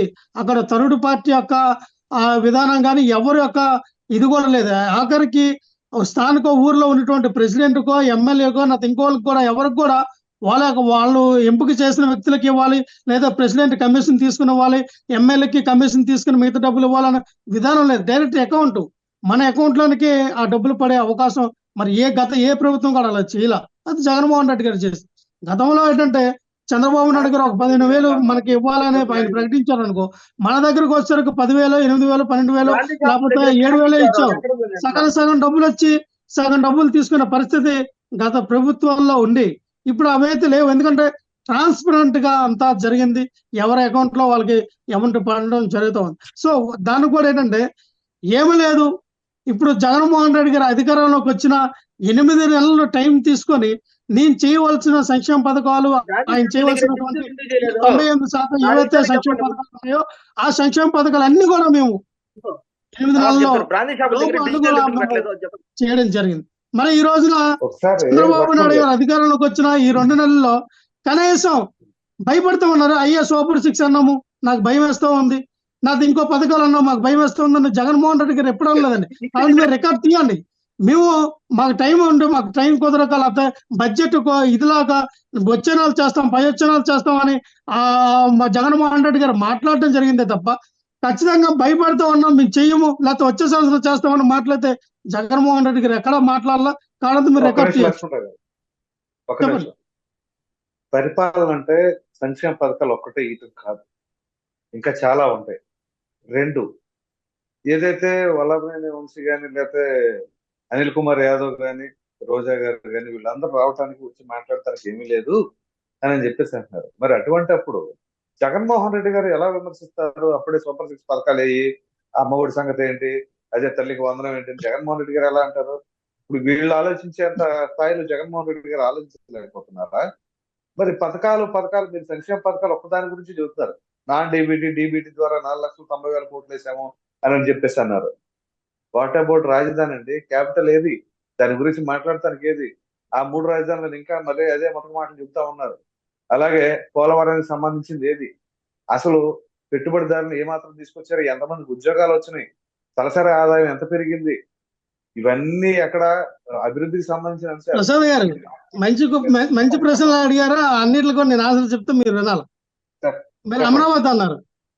అమరావతి రాజధానిగా చంద్రబాబు నాయుడు గారు ఓటుకు నోటు కేసులో దొరికిపోయి ఇక్కడికి వచ్చి హఠాత్తుగా అమరావతిని మనం రాజధానిగా ఆయనకైనా ప్రకటించారు, ఆయనకైనా ల్యాండ్ పూలింగ్ చేశారు. ఒక నిమిషం, 35,000 ఎకరాలని ల్యాండ్ పూలింగ్ ధర ఆయన తీసుకున్నటువంటి భూమిని ప్రభుత్వం యొక్క ఖజానాలో 6 నుంచి 7,000 కోట్ల రూపాయలు పెట్టి ఆ భూములు కొంటే ఈ రోజున అదే భూములు 4 నుంచి 5 లక్షల రూపాయల 4 నుంచి 5 లక్షల కోట్ల రూపాయల ఆదాయం మన గవర్నమెంట్కి వచ్చేది. ఎందుకంటే ఆ భూమి యొక్క వాల్యూ అలా పెరిగేది. అక్కడ అమరావతి ఎప్పుడో చంద్రబాబు నాయుడు గారు కట్టేవారు, కానీ ఇప్పుడు ఏం చేశారు? ల్యాండ్ పూలింగ్ ధర తీసుకొచ్చినటువంటి యొక్క ఏవైతే భూములు ఉన్నాయో మరి ఈ రోజున నారాయణ లాంటి వ్యక్తులు, మంత్రి పత్తిపాటి పుల్లారావు లాంటి వ్యక్తులు, ఇప్పుడు పయ్యాల కేశవ లాంటి వ్యక్తులు, పవన్ కళ్యాణ్ గారు లాంటి వ్యక్తులు, లోకేష్ గారు లాంటి వ్యక్తులు, అక్కడ టీడీపీకి ఎవరైతే ఉన్నారో వాళ్ళందరూ కూడా చేతిలోకి వెళ్ళిపోయినాయి కదా ఈ భూములన్నీ కూడా. ఎన్ని ఎకరాల్లో ఈ రోజున అమరావతి రాజధాని కట్టబోతూ ఉన్నారు, ఎన్ని ఎకరాలు ఈ టీడీపీ చేతిలో ఉన్నాయి. ఇవన్నీ ప్రజలందరూ తెలుసండి. ఎవరికి మసిమసి మామిడికాయ చేసేంత పరిస్థితి కాదు. మీరెందుకు ఆ రోజున చేయలేకపోయారు? మీరెందుకు రాష్ట్రానికి సంపద ఆ విధంగా తేలేకపోయారు? ఈ రోజున అదే 35,000 ఎకరాల్లో ఒక 10,000 ఎకరాలు మీరు రాజధానికి ఉంచి మిగతా 25 ఎకరాలు మీరు రియల్ ఎస్టేట్ అది ఏ రకంగా తీసుకెళ్లి ప్రభుత్వానికి ఆదాయం కల్పిస్తే ఈ రోజున 4 నుంచి 5 లక్షల కోట్ల రూపాయలు వచ్చేయి. నీకు మీరు అన్నట్టుగా అమరావతి అక్కడ వచ్చే ఏర్పాటు చేసేదే కదా, మీరు ఎందుకు ఆలోచన చేయలేదంటే మీ యొక్క సామాజిక వర్గాన్ని పెంపొందించాలి, మీ సామాజిక వర్గాలకి ఆ యొక్క భూములన్నీ తగలబెట్టాలి. ఆ సామాజిక వర్గం ఎదుగుదల కోసం మాత్రమే చంద్రబాబు నాయుడు గారు తీసుకున్న నిర్ణయం ఇది. ఎవరికి రాష్ట్రానికి ఉపయోగపడే నిర్ణయం కాదు. అమరావతి అక్కడ కడితే రాష్ట్రం ఏదో అభివృద్ధి చెందదు, ఈ పెట్టుబడులు రావు, కంపెనీలు రావు, అదేదో చేస్తే ఇదైతే కాదు. గతంలో ఇప్పుడు 60,000 కోట్లు అవుతాయి అంటున్నారు. ఎక్కడి నుంచి తీసుకొస్తారు 60,000 కోట్లు? ఎక్కడ పెట్టుబడులు ఇస్తారు? మీకు 15,000 కోట్లు ఇస్తారని చెప్పిన కేంద్ర ప్రభుత్వం ఎంతవరకు అప్పు కూడా గ్రీన్ సిగ్నల్ ఇవ్వాల. అసలు ప్రాసెస్ కూడా జరగట్లా. ఎప్పుడు నిర్మిస్తారు మీరు? ఎన్ని సంవత్సరాలకి నిర్మిస్తారు? ఎన్ని సంవత్సరాల తర్వాత పెట్టుబడులు వస్తాయి? ఎన్ని సంవత్సరాల తర్వాత ఉద్యోగాలు వస్తాయి? ఎన్ని సంవత్సరాల తర్వాత అదే డెవలప్ అవుతుంది అమరావతి అనేది? నేను అన్నదంటే ఇదంతా ఒక ఓటు మనం గ్రాఫిక్స్ లో చూపించినట్టు కాదు కదా. పెట్రోలియం ప్రసాద్ గారు, కార్పొరేషన్ లిమిటెడ్ అని 75,000 కోట్ల రూపాయలతో పెట్టుబడి మచిలీపట్నంలో పెట్టడానికి వాళ్ళు వచ్చి చూసుకున్నారు, అంతా అయిపోయింది. తెలుసా ఈ విషయం మీకు? ఎవరు? BPCL, Bharat petroleum corporation. చెప్తా. బీపీసీఎల్ అనేది చెప్పండి. జగన్మోహన్ రెడ్డి గారి హయాంలో వచ్చినటువంటి కంపెనీ వ్యవస్థ. దానికి గ్రీన్ సిగ్నల్ ఇవ్వాల వద్దని అప్పుడు జగన్మోహన్ రెడ్డి గారు చర్చ దిశలో వచ్చినది. మహారాష్ట్రలో తరిమేస్తే వచ్చిన సంస్థ. అసలు ఇప్పుడు మరొక అనకాపల్లి ఘటన జరగకూడదు కదా, మరొక ఎస్ఎన్సీ కంపెనీ యొక్క సంఘటన జరగకూడదు కదా. ఏ రకంగా మీరు దానికి మీరు ఈ ఏ సేఫ్టీ యూనిట్, ఏ సేఫ్టీ మెజర్, ఏ సేఫ్టీని వాళ్ళు వినియోగిస్తారని ఆ కంపెనీకి ప్రాధాన్యత ఇచ్చారు. ఏ రకంగా ప్రజలు తెలియపరచాలి కదా. కంపెనీ వచ్చిందంటే వచ్చింది, కంపెనీ మాతో డీల్ చేసింది. ఎందుకు మరి మహారాష్ట్ర ఎందుకు తరిమింది? మహారాష్ట్రలో ఎందుకు పట్టలేకపోయారు? మహారాష్ట్ర ప్రభుత్వం ఎందుకు పంపించింది ఇక్కడికి? దానికి సమాధానం చెప్పండి. పంపించారు. మహారాష్ట్ర వాళ్ళు కూడా కావాలని కోరుకుంటున్నారు. ఏమని కోరుకున్నారు సార్ ప్రసాద్ గారు? మహారాష్ట్రలో వాళ్ళు పెడతానంటే ఒప్పుకోలేదు మహారాష్ట్ర ప్రభుత్వం. కావాలంటే మీరు చూడండి, రికార్డు వెరిఫికేషన్ చేయండి.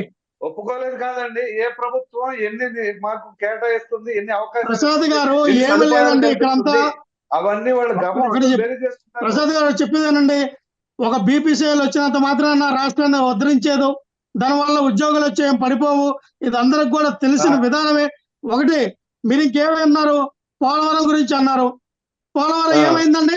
పోలవరం యొక్క నిర్మాణం ఏంటి? అసలు చంద్రబాబు నాయుడు గారు అదే కదండి చెప్తామేనండి. రివర్స్ టెండరింగ్ చేయవలసిన కారణం ఏంటంటే ప్రసాద్ గారు, అస్తవ్యస్తంగా నిర్మించారు, అస్తవ్యస్తంగా తగలబెట్టారు పోలవరాన్ని. అసలు ఏ రకంగా దానికి ఇచ్చినటువంటి డిపి ఎవరు, డిజైనర్ ఎవరు, ఇంజనీర్లు ఎవరు? ఆ రోజున కాంగ్రెస్ పార్టీ హయాంలో చిన్నయ్య కమిటీ వేశారు. చిన్నయ్య కమిటీ ఒక కమిటీలో వాళ్ళు తీసుకున్న ప్రాజెక్ట్ లో రాజశేఖర రెడ్డి గారు ఉన్న హయాంలో ఏం జరిగిందంటే, దానికి 2 కాబట్ డ్యాములు కట్టాలి, 2 కాబట్ డ్యాములు కట్టాలి, 2 డయాఫ్రాముల వాళ్ళు కట్టాలి. అలా కడితే కానీ ఆ యొక్క దానికి ఉన్నటువంటి దాన్ని ఆ కెపాసిటీని తట్టుకోలేదని వాళ్ళకి డిజైన్ తీస్తే చంద్రబాబు నాయుడు గారు ఏం చేశారంటే, లోయర్ డ్యాము, అప్పర్ కాబట్ డ్యామ్ ఒక పక్క, లోయర్ కాబట్ డ్యామ్ ఒక పక్క కంప్లీట్ చేయకుండానే ఏం చేశారు? డయాఫ్రామ్ వాళ్ళు కంప్లీట్ చేసి స్పిల్ వే కూడా ఇవ్వకుండానే అక్కడ అడుపుతడుపుగా కట్టినటువంటి నిర్మాణం. ఈరోజు ఏమైంది? వరదలకి 3 నెలల్లో వచ్చిన వరదలకే మొత్తం కూలిపోయే పరిస్థితి ఏర్పడింది ఆ కాబట్ డ్యామ్ అంతా కూడా. అంటే అంత నాణ్యత లేని కట్టడాన్ని మీరు కడితే, ఈ రోజు అదే చంద్రబాబు నాయుడు గారు నిపుణులు తీసుకొచ్చారు కదా, సింగపూర్ నుంచో ఎక్కడంటే ఆస్ట్రేలియా నుంచో వచ్చినటువంటి ఆ నిపుణులు ఏమన్నారు? సార్ ఇది ఎన్ని సంవత్సరాలు పడుతుందో చెప్పలేము, ఎప్పుడు కంప్లీట్ అవుతుందో చెప్పలేము, ఎంత వేగం కూడా అవుతుందో చెప్పలేము. మీలాంటి ఒక సాధారణ జర్నలిస్ట్ అడిగితేనే చంద్రబాబు నాయుడు ఏం చెప్పారు? దానికి మీరే సమాధానం చెప్పాలి. నా దగ్గరే ఉంది, ఎప్పుడు కంప్లైంట్ అవుతుంది నేనేం చెప్పుకోవాలంటే అదేనా సమాధానం? దాని మీద చంద్రబాబు నాయుడు గారు ఇదే మోడీ గారు ఏమన్నారు? పోలవరాన్ని ఏటీఎం లాగా వినియోగించుకుంటున్నారు, పోలవరానికి ఇచ్చిన డబ్బులను కూడా చంద్రబాబు నాయుడు పక్కన తప్పించి కమిషన్లు దండుకున్నారని ఇదే మోడీ గారు బీజేపీ ప్రభుత్వం మాట్లాడిన విషయాలు మన అందరూ తెలుసు. మరి ఈ రోజున మీరు పోలవరాన్ని కూడా కమిషన్ దండుకోవడానికి కదా, అమరావతిని కూడా పోలవరం కమిషన్ దండుకోవడానికి కదా మీరు చేస్తారనేది పెట్టుబడులు అన్నారు. మా హయాంలో వచ్చిన పెట్టుబడులు చెప్తానండి. 7,50,000 కోట్ల పెట్టుబడులు మా హయాంలో వచ్చింది. తలసరి ఆదాయం మీరు అన్నారు రాష్ట్రంలో నంబర్ 1 గా, దేశంలోనే నంబర్ 1 గా తలసరి ఆదాయంలో ఆంధ్రప్రదేశ్ ఉంది. ఈవెన్ ఇప్పుడు మీరు గూగుల్లో కొట్టిన మీ ఫోన్ లో వచ్చింది. గూగుల్ ఇప్పుడు కొట్టండి తలసరి ఆదాయం 2019 నుంచి 2024లో తలసరి ఆదాయం జగన్మోహన్ రెడ్డి గారి హయాంలో వచ్చింది. కానీ మీరు గూగుల్ సెర్చ్ చేయండి.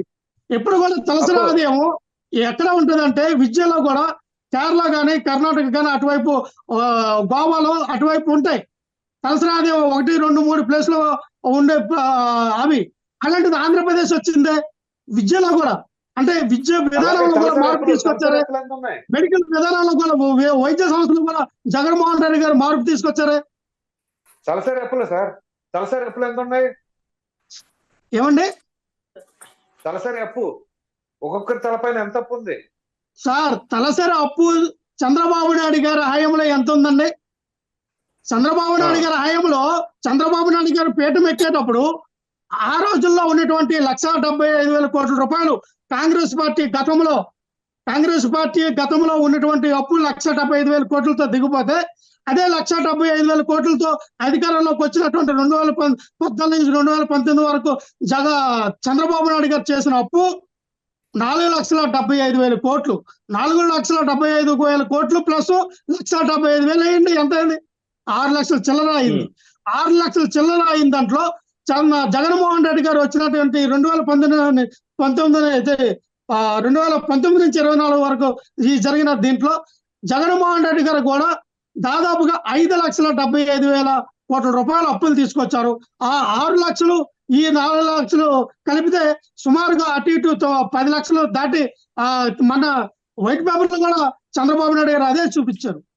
అంతేగాని మీరు ప్రసారం చేసినట్టుగా 13 లక్షల కోట్లు 14 లక్షల కోట్లు ఎక్కడ అప్పులు చేయాలా? మీరు అంతా అర్థం చేసుకోవాలి. జగన్మోహన్ రెడ్డి గారు ఒకలే చేసేలా.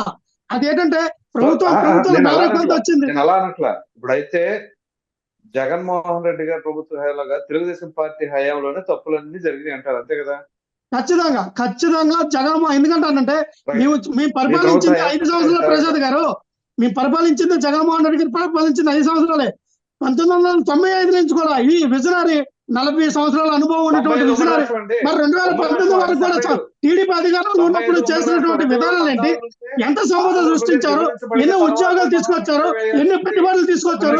ఎన్ని కంపెనీలు తీసుకొచ్చారు? చంద్రబాబు నాయుడు గారు చెప్పండి.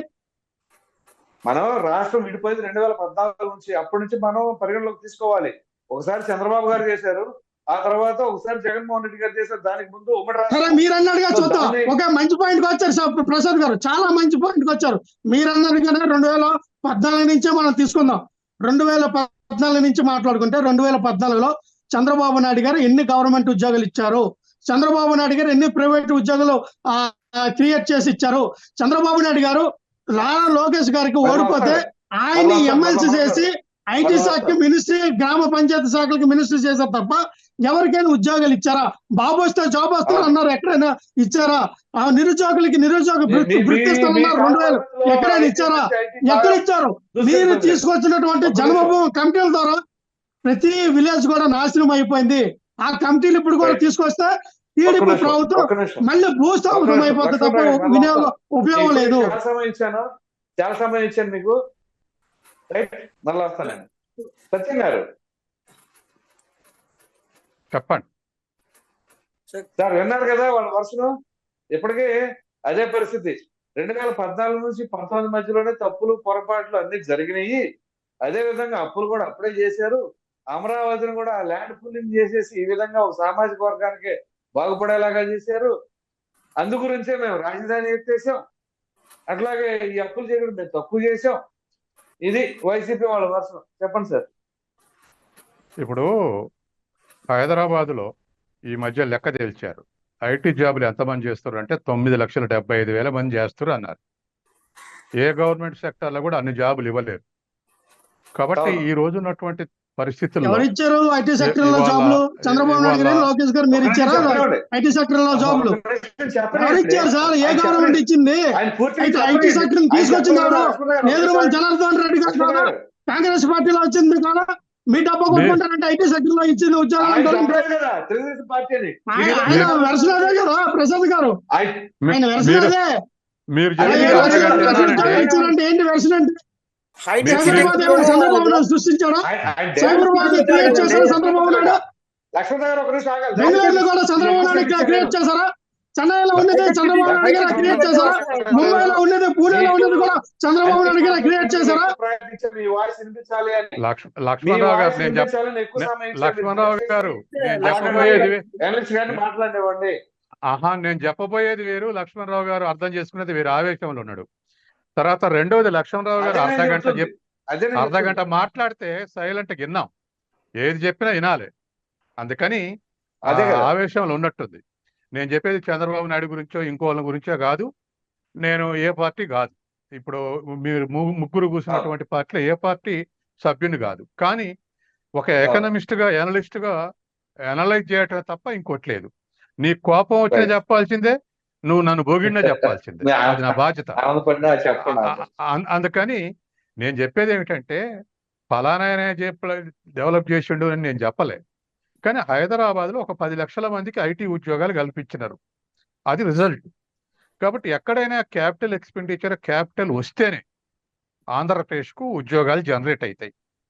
అది ఎంఓయూలు గదుర్చుకున్నంత మాత్రం రాదు. ఎంఓయూలు రియలైజ్ అయితే అవుతాయి, రియలైజ్ కావాలి. కాబట్టి అలా రియలైజ్ కానప్పుడు ఏ ప్రభుత్వం అన్న, జగన్మోహన్ రెడ్డి గారు విశాఖపట్నంలో ఎంఓయూలు చేసుకున్నారు, ఆ తర్వాత మొన్న చంద్రబాబు నాయుడు చేసుకున్నారు.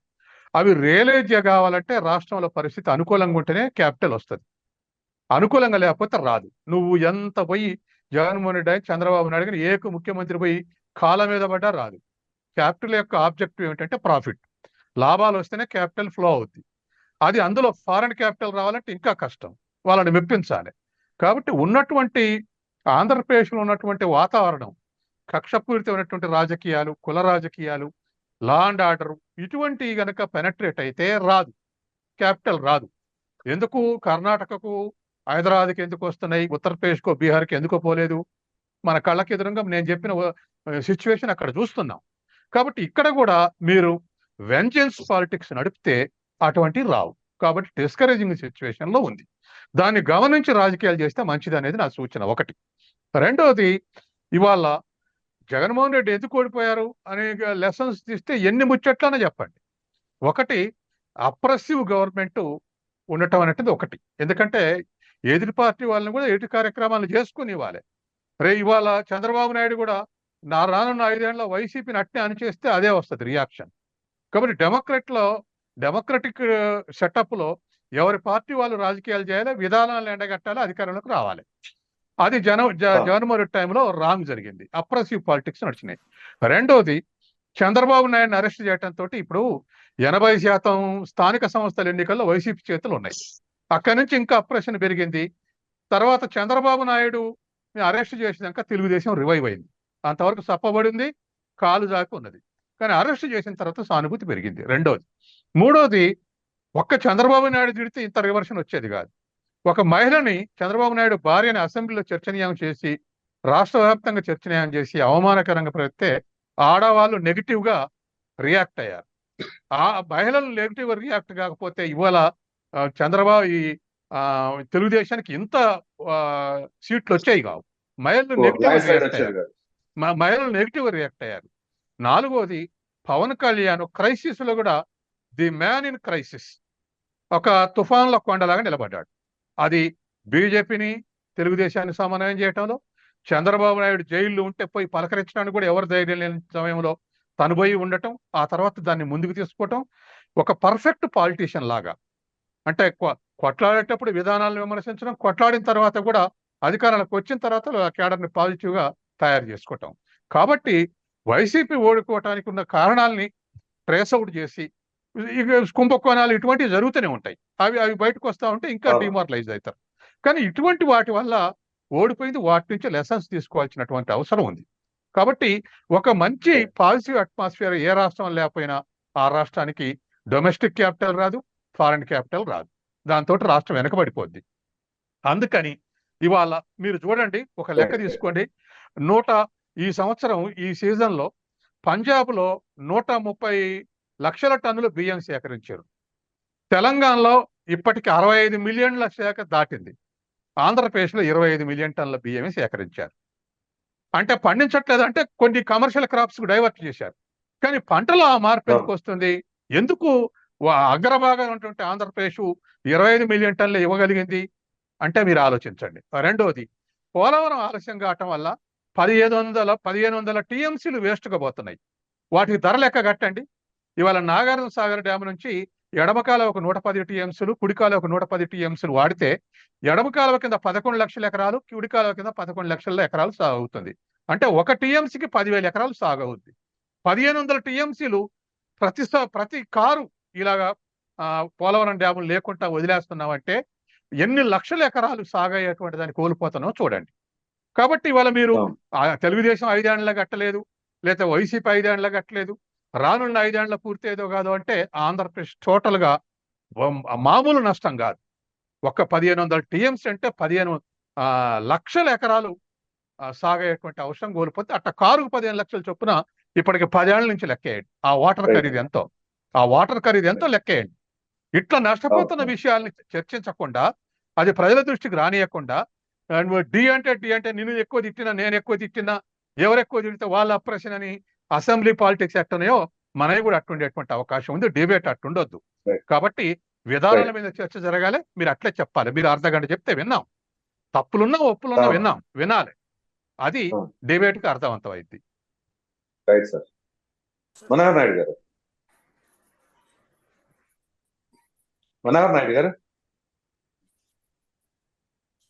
సార్, నా వాయిస్ వినిపిస్తున్నా? మనోహర్ నాయుడు గారు, సరే. మణి గారు, ప్రసాద్ గారు వినపడతాను, చెప్పండి. మనోహర్ నాయుడు గారు చెప్పండి సార్, చెప్పండి. గత ప్రభుత్వ హయాంలో అంటే కూడా ఈ ప్రభుత్వ హయాంలోనే ఎక్కువ కుంభకోణాలు అవి ఇవి జరిగిన లక్ష్మణ గారు చెప్పినంత విన్నారు కదా. సో ఇటువంటి తరుణంలో మీరు రాష్ట్రాన్ని ఏ విధంగా గాడిలో పెడతారు? తలసరి ఆదాయం గత ప్రభుత్వ హయాంలో జగన్మోహన్ రెడ్డి గారి హయాంలో పెరిగింది అని చెప్పేసి తన యొక్క అభిప్రాయం. సో ఇప్పుడు అదేమిటి అంటే ఈ భారత్ పెట్రోలియం కార్పొరేషన్ లిమిటెడ్ లో జగన్మోహన్ రెడ్డి గారి హయాంలో కూడా వస్తానంటే మేము వద్దన్నాము. ఇది ఎట్లాంటి మరణాలు సంభవిస్తుంది. ఇప్పుడు మనకి ఎవరికైనా రోడ్డు మీద వెళ్తుంటే అప్పుడప్పుడు కొంతమందికి జరుగుతాయి యాక్సిడెంట్స్. దాన్ని అంత మాత్రం మనం రోడ్డు మీద ప్రయాణించడం మానలేంగా, జీవితాన్ని ఆపుకోలేంగా. సో ప్రమాదాలు అనేది జరగడం దురదృష్టకరం. వాటిని మనం ఎలా అధిగమించాలి అనే దాన్ని చూసుకోవాలి. కానీ కంపెనీలే వద్దని చెప్పేసానంటే అది ఎంతవరకు సమంజసం? చెప్పండి సార్. ప్రసాద్ గారు, ఇప్పుడు నేను వైసీపీ వాళ్ళకి ఇప్పుడు కూడా మేము చెప్తున్నాం, అబద్ధపు మాటలు మాట్లాడినంత మాత్రాన ప్రజలు ఇప్పుడు నమ్మే పరిస్థితులు అయితే లేరు. కాబట్టి అబద్ధాలనే మీరు నిజాలుగా మార్చాలనుకుంటే అది వెళ్ళిపోయింది, ఆ పరిస్థితి పోయింది. సార్, ఇప్పుడు 14-19లో చంద్రబాబు నాయుడు గారు ఓటుకు నోటు కేసులో పారిపోయి వచ్చి ఏమి ఇక్కడ అమరావతిలో రాజధాని నిర్మించాలని అనుకోలేదు. ఓటుకు నోటు కేసు అనేది అది ఓకే, నో ప్రాబ్లం, అది న్యాయపరంగా ఎదుర్కొంటాం, దాని గురించి చూసుకుంటాం. కానీ రాష్ట్రం విడిపోయిన హైదరాబాద్ ఉంటే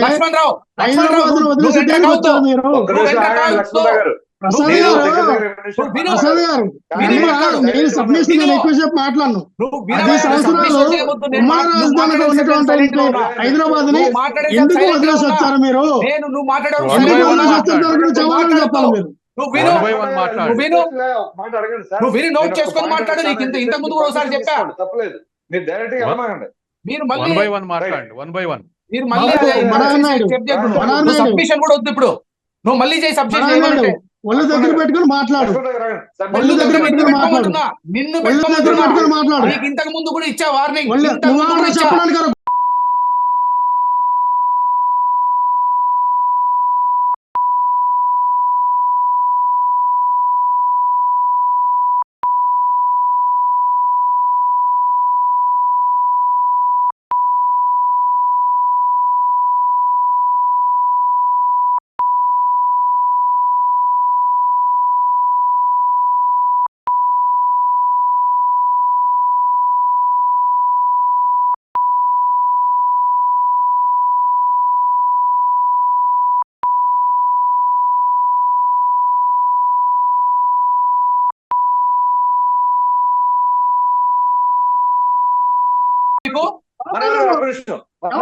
జ్ఞానం ఉందా నీకు?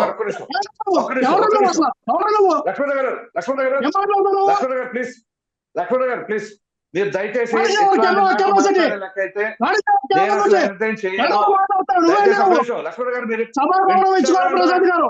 లక్ష్మణ అతిగా గారు మాట్లాడుతూ వింటారా? అతిగా మాట్లాడతాడు. ఎవడో లక్ష్మణ మాట్లాడటానికి గారు మీరు వింటారా? నువ్వు నువ్వు ఏయ్, లక్ష్మణ నేను- గారు మీరు వింటారా? వింటారా?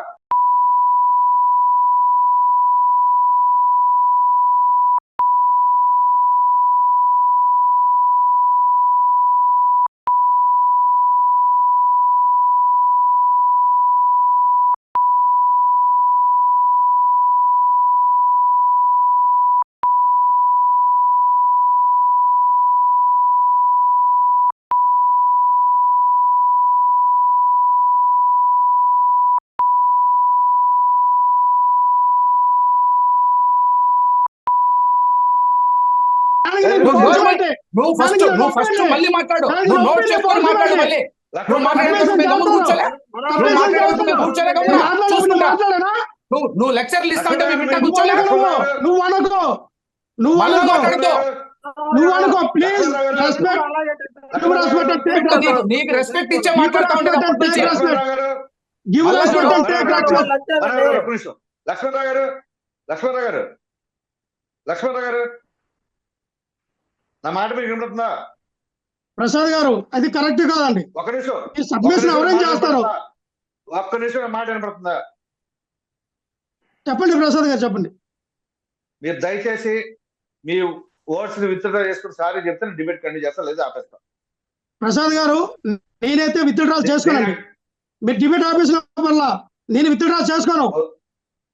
మీరు సారీ చెప్తే డిబేట్ కంటిన్యూ చేస్తా, లేదంటే వెళ్ళిపోండి, ఇబ్బంది లేదు. ప్రసాద్ గారు నేను సారీ చెప్పనండి. ఎందుకు చెప్పాలి? ఆయన ఎవరన్నా నన్ను అన్నానికి నేనేమన్నా అన్నాను ఆయన్ని? ప్రసాద్ గారు ఒక్క నిమిషం సార్. నేనేమన్నా అన్నానా? కానీ ఆయన ఏమైనా అన్పార్లమెంట్ లాంగ్వేజ్ గా మాట్లాడారా? ఆయన ఏమైనా నేను అన్నానా?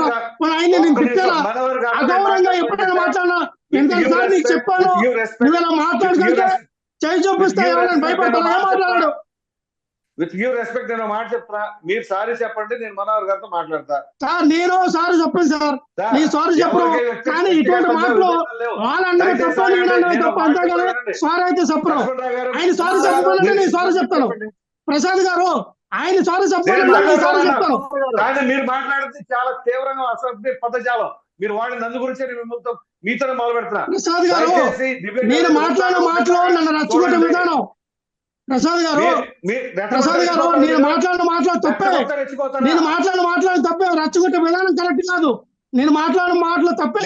మీరు సారీ చెప్పను. నా వర్డ్స్ విత్డ్రా చేసుకుంటాను. నేను నా వర్డ్స్ విత్డ్రా చేసుకుంటాను కానీ నేను సారీ చెప్పను. ప్రసాద్ గారు చెప్పాల్సిందే. నేను సారీ చెప్పండి సార్. నా వర్డ్స్ నేను వెనక్కి తీసుకున్నాను. నేను సారీ చెప్పను. ఒక్క నిమిషం. ఆయన చెప్పమనంటే నేను చెప్తాను. ఆయన సారీ చెప్పమనంటే నేను సారీ చెప్తాను. ఒక్క నిమిషం మీరు ఆగండి. మనోహర్ నాయుడు గారు. ప్రసాద్ గారు చెప్పండి సార్, మనం డిబేట్ లో ఈ విధమైన మాట్లాడుకోవడం అనేది సాంప్రదాయం కాదు. యాక్చువల్ గా అఫ్కోర్స్ మీరు మాట్లాడుతుంటే తను ఇంటరప్ట్ చేసింది యాక్చువల్ గా తను తప్పే. సబ్మిషన్ చేయాల్సి వచ్చినప్పుడు కూడా మిమ్మల్ని పర్మిషన్ తీసుకోవాలని కూడా నేను చెప్పాను. సో ఎనీహౌ మనం డిబేట్ హుందాగా నడుపుకోవాలి అనేది మన యొక్క ఉద్దేశం. ప్రతి ఒక్కరి పార్టీ వాయిస్ కూడా ప్రజలకు రీచ్ అవ్వాలి. అధికార పార్టీది, ప్రతిపక్షానికి. అందు గురించి వాళ్ళకి ఎక్కువ విలువ ఇవ్వాలి అని చెప్పేసి వాళ్ళకి మీకంటే ఎక్కువ సమయం ఇచ్చారు. వాళ్ళకి ఎంత చెప్పినా అర్థం కావడం. దయచేసి ఈ డిబేట్ హుందాగా కొనసాగాలి అంటే కొంచెం మనం పద్ధతిగా మాట్లాడుకుంటే బాగుంటుంది. అంటే మీరేదో పద్ధతి తప్పారని కదా నా ఉద్దేశం. అక్కడ మాట పెరిగింది కాబట్టి మీరు మాటను అది సింగులర్ గా వాడాడని తను ఫీల్ అవుతున్నాడు కాబట్టి మీరు దానికి సారీ చెప్తే అతనితో నేను సారీ చేస్తాను. ప్రసాద్ గారు మీకు ఒక్క విషయం చెప్తున్నా. సరే, కొన్ని వందల చెప్పండి. డిబేట్లలో నేను ఛానల్స్ లో కూడా పాల్గొన్న వ్యక్తిని. ఏ రోజు కూడా చిన్న పొరపాటు కూడా నేను చేయను. ఈ రోజు కూడా ముందు డిబేట్ లో కూడా ఇదే లక్ష్మణ్ రావుకి నేను ఏం చెప్పాను, మధ్యలో నువ్వు అట్లా ఇంటరాక్షన్ చేయొద్దు, సబ్మిషన్ చేయొద్దు, నువ్వు నోట్ చేసుకో, తర్వాత ఏదంటే నీ టైం వచ్చినప్పుడు నువ్వు దానికి సమాధానం చెప్పు. కానీ లక్ష్మణ్ రావు ఇప్పుడు ఇంతసేపు మాట్లాడితే మాట్లాడితే మేము ఒక్క సబ్మిషన్ ఇవ్వడానికి కూడా సైలెంట్ గా నోట్ చేసుకొని పాయింట్స్ నోట్ చేసుకొని మేము ఎందుకు కూర్చున్నాం? పనిలో కూర్చున్నామా? పనిలో కూర్చోలేదు కదా. మేము మాట్లాడేటప్పుడు ఆ విధంగా నువ్వు సబ్మిషన్ అనే పేరుతో మధ్యలో దూరితే అక్కడ మాట పెరిగితే ప్రేక్షకులకు ఏమి ఇవ్వాలనుకుంటున్నాం మనము? సో కాబట్టి ఇది అతను పద్ధతి మార్చుకోలేదు. కాబట్టి నేను డిబేట్ చేయదలుచుకోలేదు. నా వర్డ్స్ ని నేను విత్డ్రా చేసుకోను.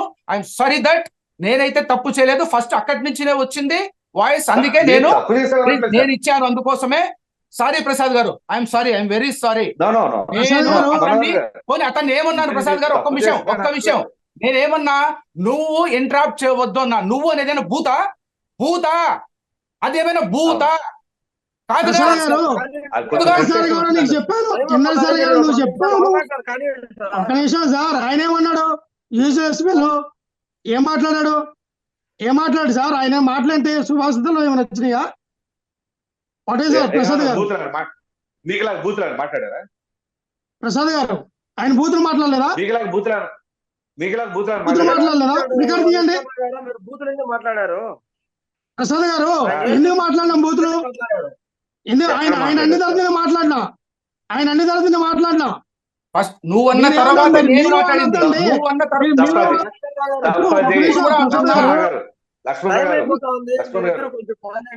లక్ష్మణరావు గారు, మీకు ఎంత విలువ ఇచ్చానండి ఈ డిబేట్ లో? నేను ప్రసాద్ గారు, ఒక నిమిషం సార్. ప్రసాద్ గారు, నాకు డిబేట్లు కొత్త కాదు. అలాగనే ఒక నిమిషం, మనం మాట్లాడే విధానం నేనేమన్నా నా వర్డ్స్ నేను వెనక్కి తీసుకున్నాను అన్నానా? ప్రసాద్ గారు, నేను మాట్లాడినట్టు మాటలు వెనక్కి తీసుకున్నాను అని చెప్పాను. అటువంటి మాటలు ఆడటానికి గల కారణం ఆయన, నేను కాదు. నేను మాట్లాడిన నాకు అవసరం కూడా లేదు. సో ఆయన సారీ చెప్తా, నీ సారీ చెప్తా, లేదంటే నేను కూడా చెప్పను. నా వర్డ్స్ అయితే నేను వెనక్కి తీసుకున్నా. అటువంటి మాటలు, అటువంటి పదశాలు ఈ లైవ్ లో మాట్లాడకూడదు. వాస్తవం.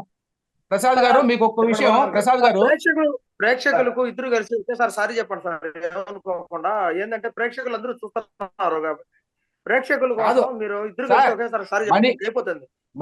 మణి గారు ఒక విషయము ఇక్కడ నేను ఒక మాట చెప్తా. మనోహర్ సార్, ఇక్కడ మనకు ఒకటి వినండి. మన కూటమి నేను ఒక విషయం చెప్తా, వినండి. ప్రసాద్ గారిని ఇప్పుడు మనం మాట్లాడింది రికార్డు ఉంటుంది, తీయమనండి. నేను నువ్వు ఇంటరాప్ట్ చేయొద్దు అంటే, నువ్వు అన్నదానికి ఆయన అంత సీరియస్ గా వర్డ్స్ వాడితే నేనేమైనా అది బూతు వాడలేదు కదా. నేను ఇంతకు ముందు కూడా చెప్పాను, మధ్యలో వద్దు, నోట్ చేసుకొని చెప్పా. ఇప్పుడు కూడా సేమ్ మళ్ళీ. అంటే నువ్వు అంతసేపు మాట్లాడితే, ముగ్గురు వ్యక్తులు మేము సైలెంట్ గా కూర్చొని వింటుంటే, నువ్వు అక్కడ ఆ వ్యక్తి ఒక్క వర్డ్ ఎత్తగానే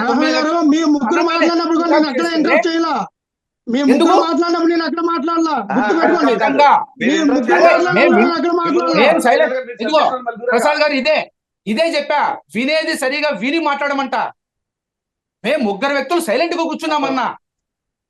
కానీ ఆయన మాట్లాడినప్పుడు, సత్యం గారు మాట్లాడేటప్పుడు నువ్వు ఇద్దరు ఇంటరప్ట్ అయినావు. అది అవ్వద్దు అని చెప్పాను నేను. అట్లా ఎవరు మాట్లాడినా అవ్వద్దు. నువ్వు మాట్లాడినప్పుడు ఇంతసేపు సైలెంట్ గా కూర్చున్నాం, నోట్ చేసుకొని కూర్చున్నాం. సమాధానం మేము ప్రేక్షకులకి ఇవ్వాలని, నీకు కాదు. అట్లాంటప్పుడు నువ్వు ఒక మనిషి ఒక మాట మాట్లాడగానే వెంటనే దూరిపోతే, అంటే నువ్వే మాట్లాడాలనుకుంటే అది కుదరదు. ప్రేక్షకులు వినాలి. కాబట్టి నువ్వు ఏది డిస్కస్ చేసినా మేమేం చెప్తామో నువ్వు వినాలి, నువ్వేం చెప్తావో మేము వినాలి, సమాధానం చెప్పి ప్రేక్షకులను చూపించాలి. ఇది ఎప్పుడైనా కానీ డిబేట్ లో ఉండేటువంటి మేనర్స్. ఆ మేనర్స్ పాటిస్తేనే డిబేట్ లో కూర్చోవాలి, లేకపోతే అవసరం లేదు. ఇంట్లో కూర్చోవచ్చు మనం. ప్రసాద్ గారు, ఆయన చెప్తే మీరు నేర్చుకున్న స్టేజ్ లో మీ లేము. ఏదైనా మాటకి మాట వచ్చింది, అటువంటి మాటలు మాట్లాడకూడదు. అటు ఆ వర్డ్స్ నేను వెనక్కి తీసుకున్నా. ఆయన కంటిన్యూ చేస్తారా, వెళ్ళిపోతారా అని కొంచెం ఆవేశం తగ్గించుకోండి. మీరు ఇప్పుడు అందరూ వయసులో ఉన్న వాళ్ళే. ప్రసాద్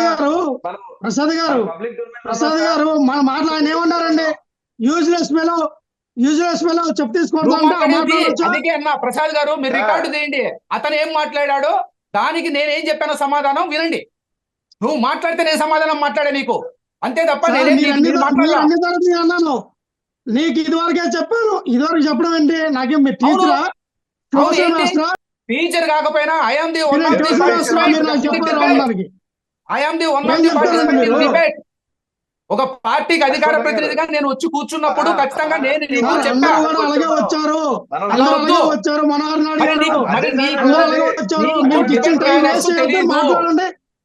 డిబేట్ మేనర్స్ నీకు తెలియదు, నాకు అర్థమైపోయింది సార్. నాకు డిబేట్ మేనర్స్ తెలియదండి. నాకు తెలియకుండా 5,000 డిబేట్లు చేశాను. నేను 5,000 డిబేట్లు చేశాను 2016 నుంచి. మేము 5,000 ఒకటో 2,000 చేస్తుంటారు. మీరు ఎప్పుడు కనబడలా. ఇప్పుడు టీవీ ఛానల్ కూడా లేదు. DCR గూగుల్ కానీ యూట్యూబ్ కానీ కొట్టుకొని చెప్పు చూసుకోండి ఒకసారి. నేను ఇప్పుడు కూడా డబుల్ నైనా మాట్లాడే వచ్చాను. నేను మీకులా కాదు, నేను ఎప్పుడు కూడా అద్దెలు దాటి ఎవరితో మాట్లాడినా అంత అవసరం పడలా. మీరు అన్ని మాటకి నేను వచ్చాను అంతే. మాటకు మాట పెరిగింది. నేను ఎవరితో కూడా ఇంతలాగే ఇంత ఆర్సిగా ఇంత ఆర్గినట్టుగా ఎప్పుడు కూడా నేను కూడా మాట్లాడాల. మా పార్టీ తరఫున మా వాయిస్ కూడా వినిపించాలి కదా. మీరు ఎట్లా ఉంటే మేము వినిపించండి.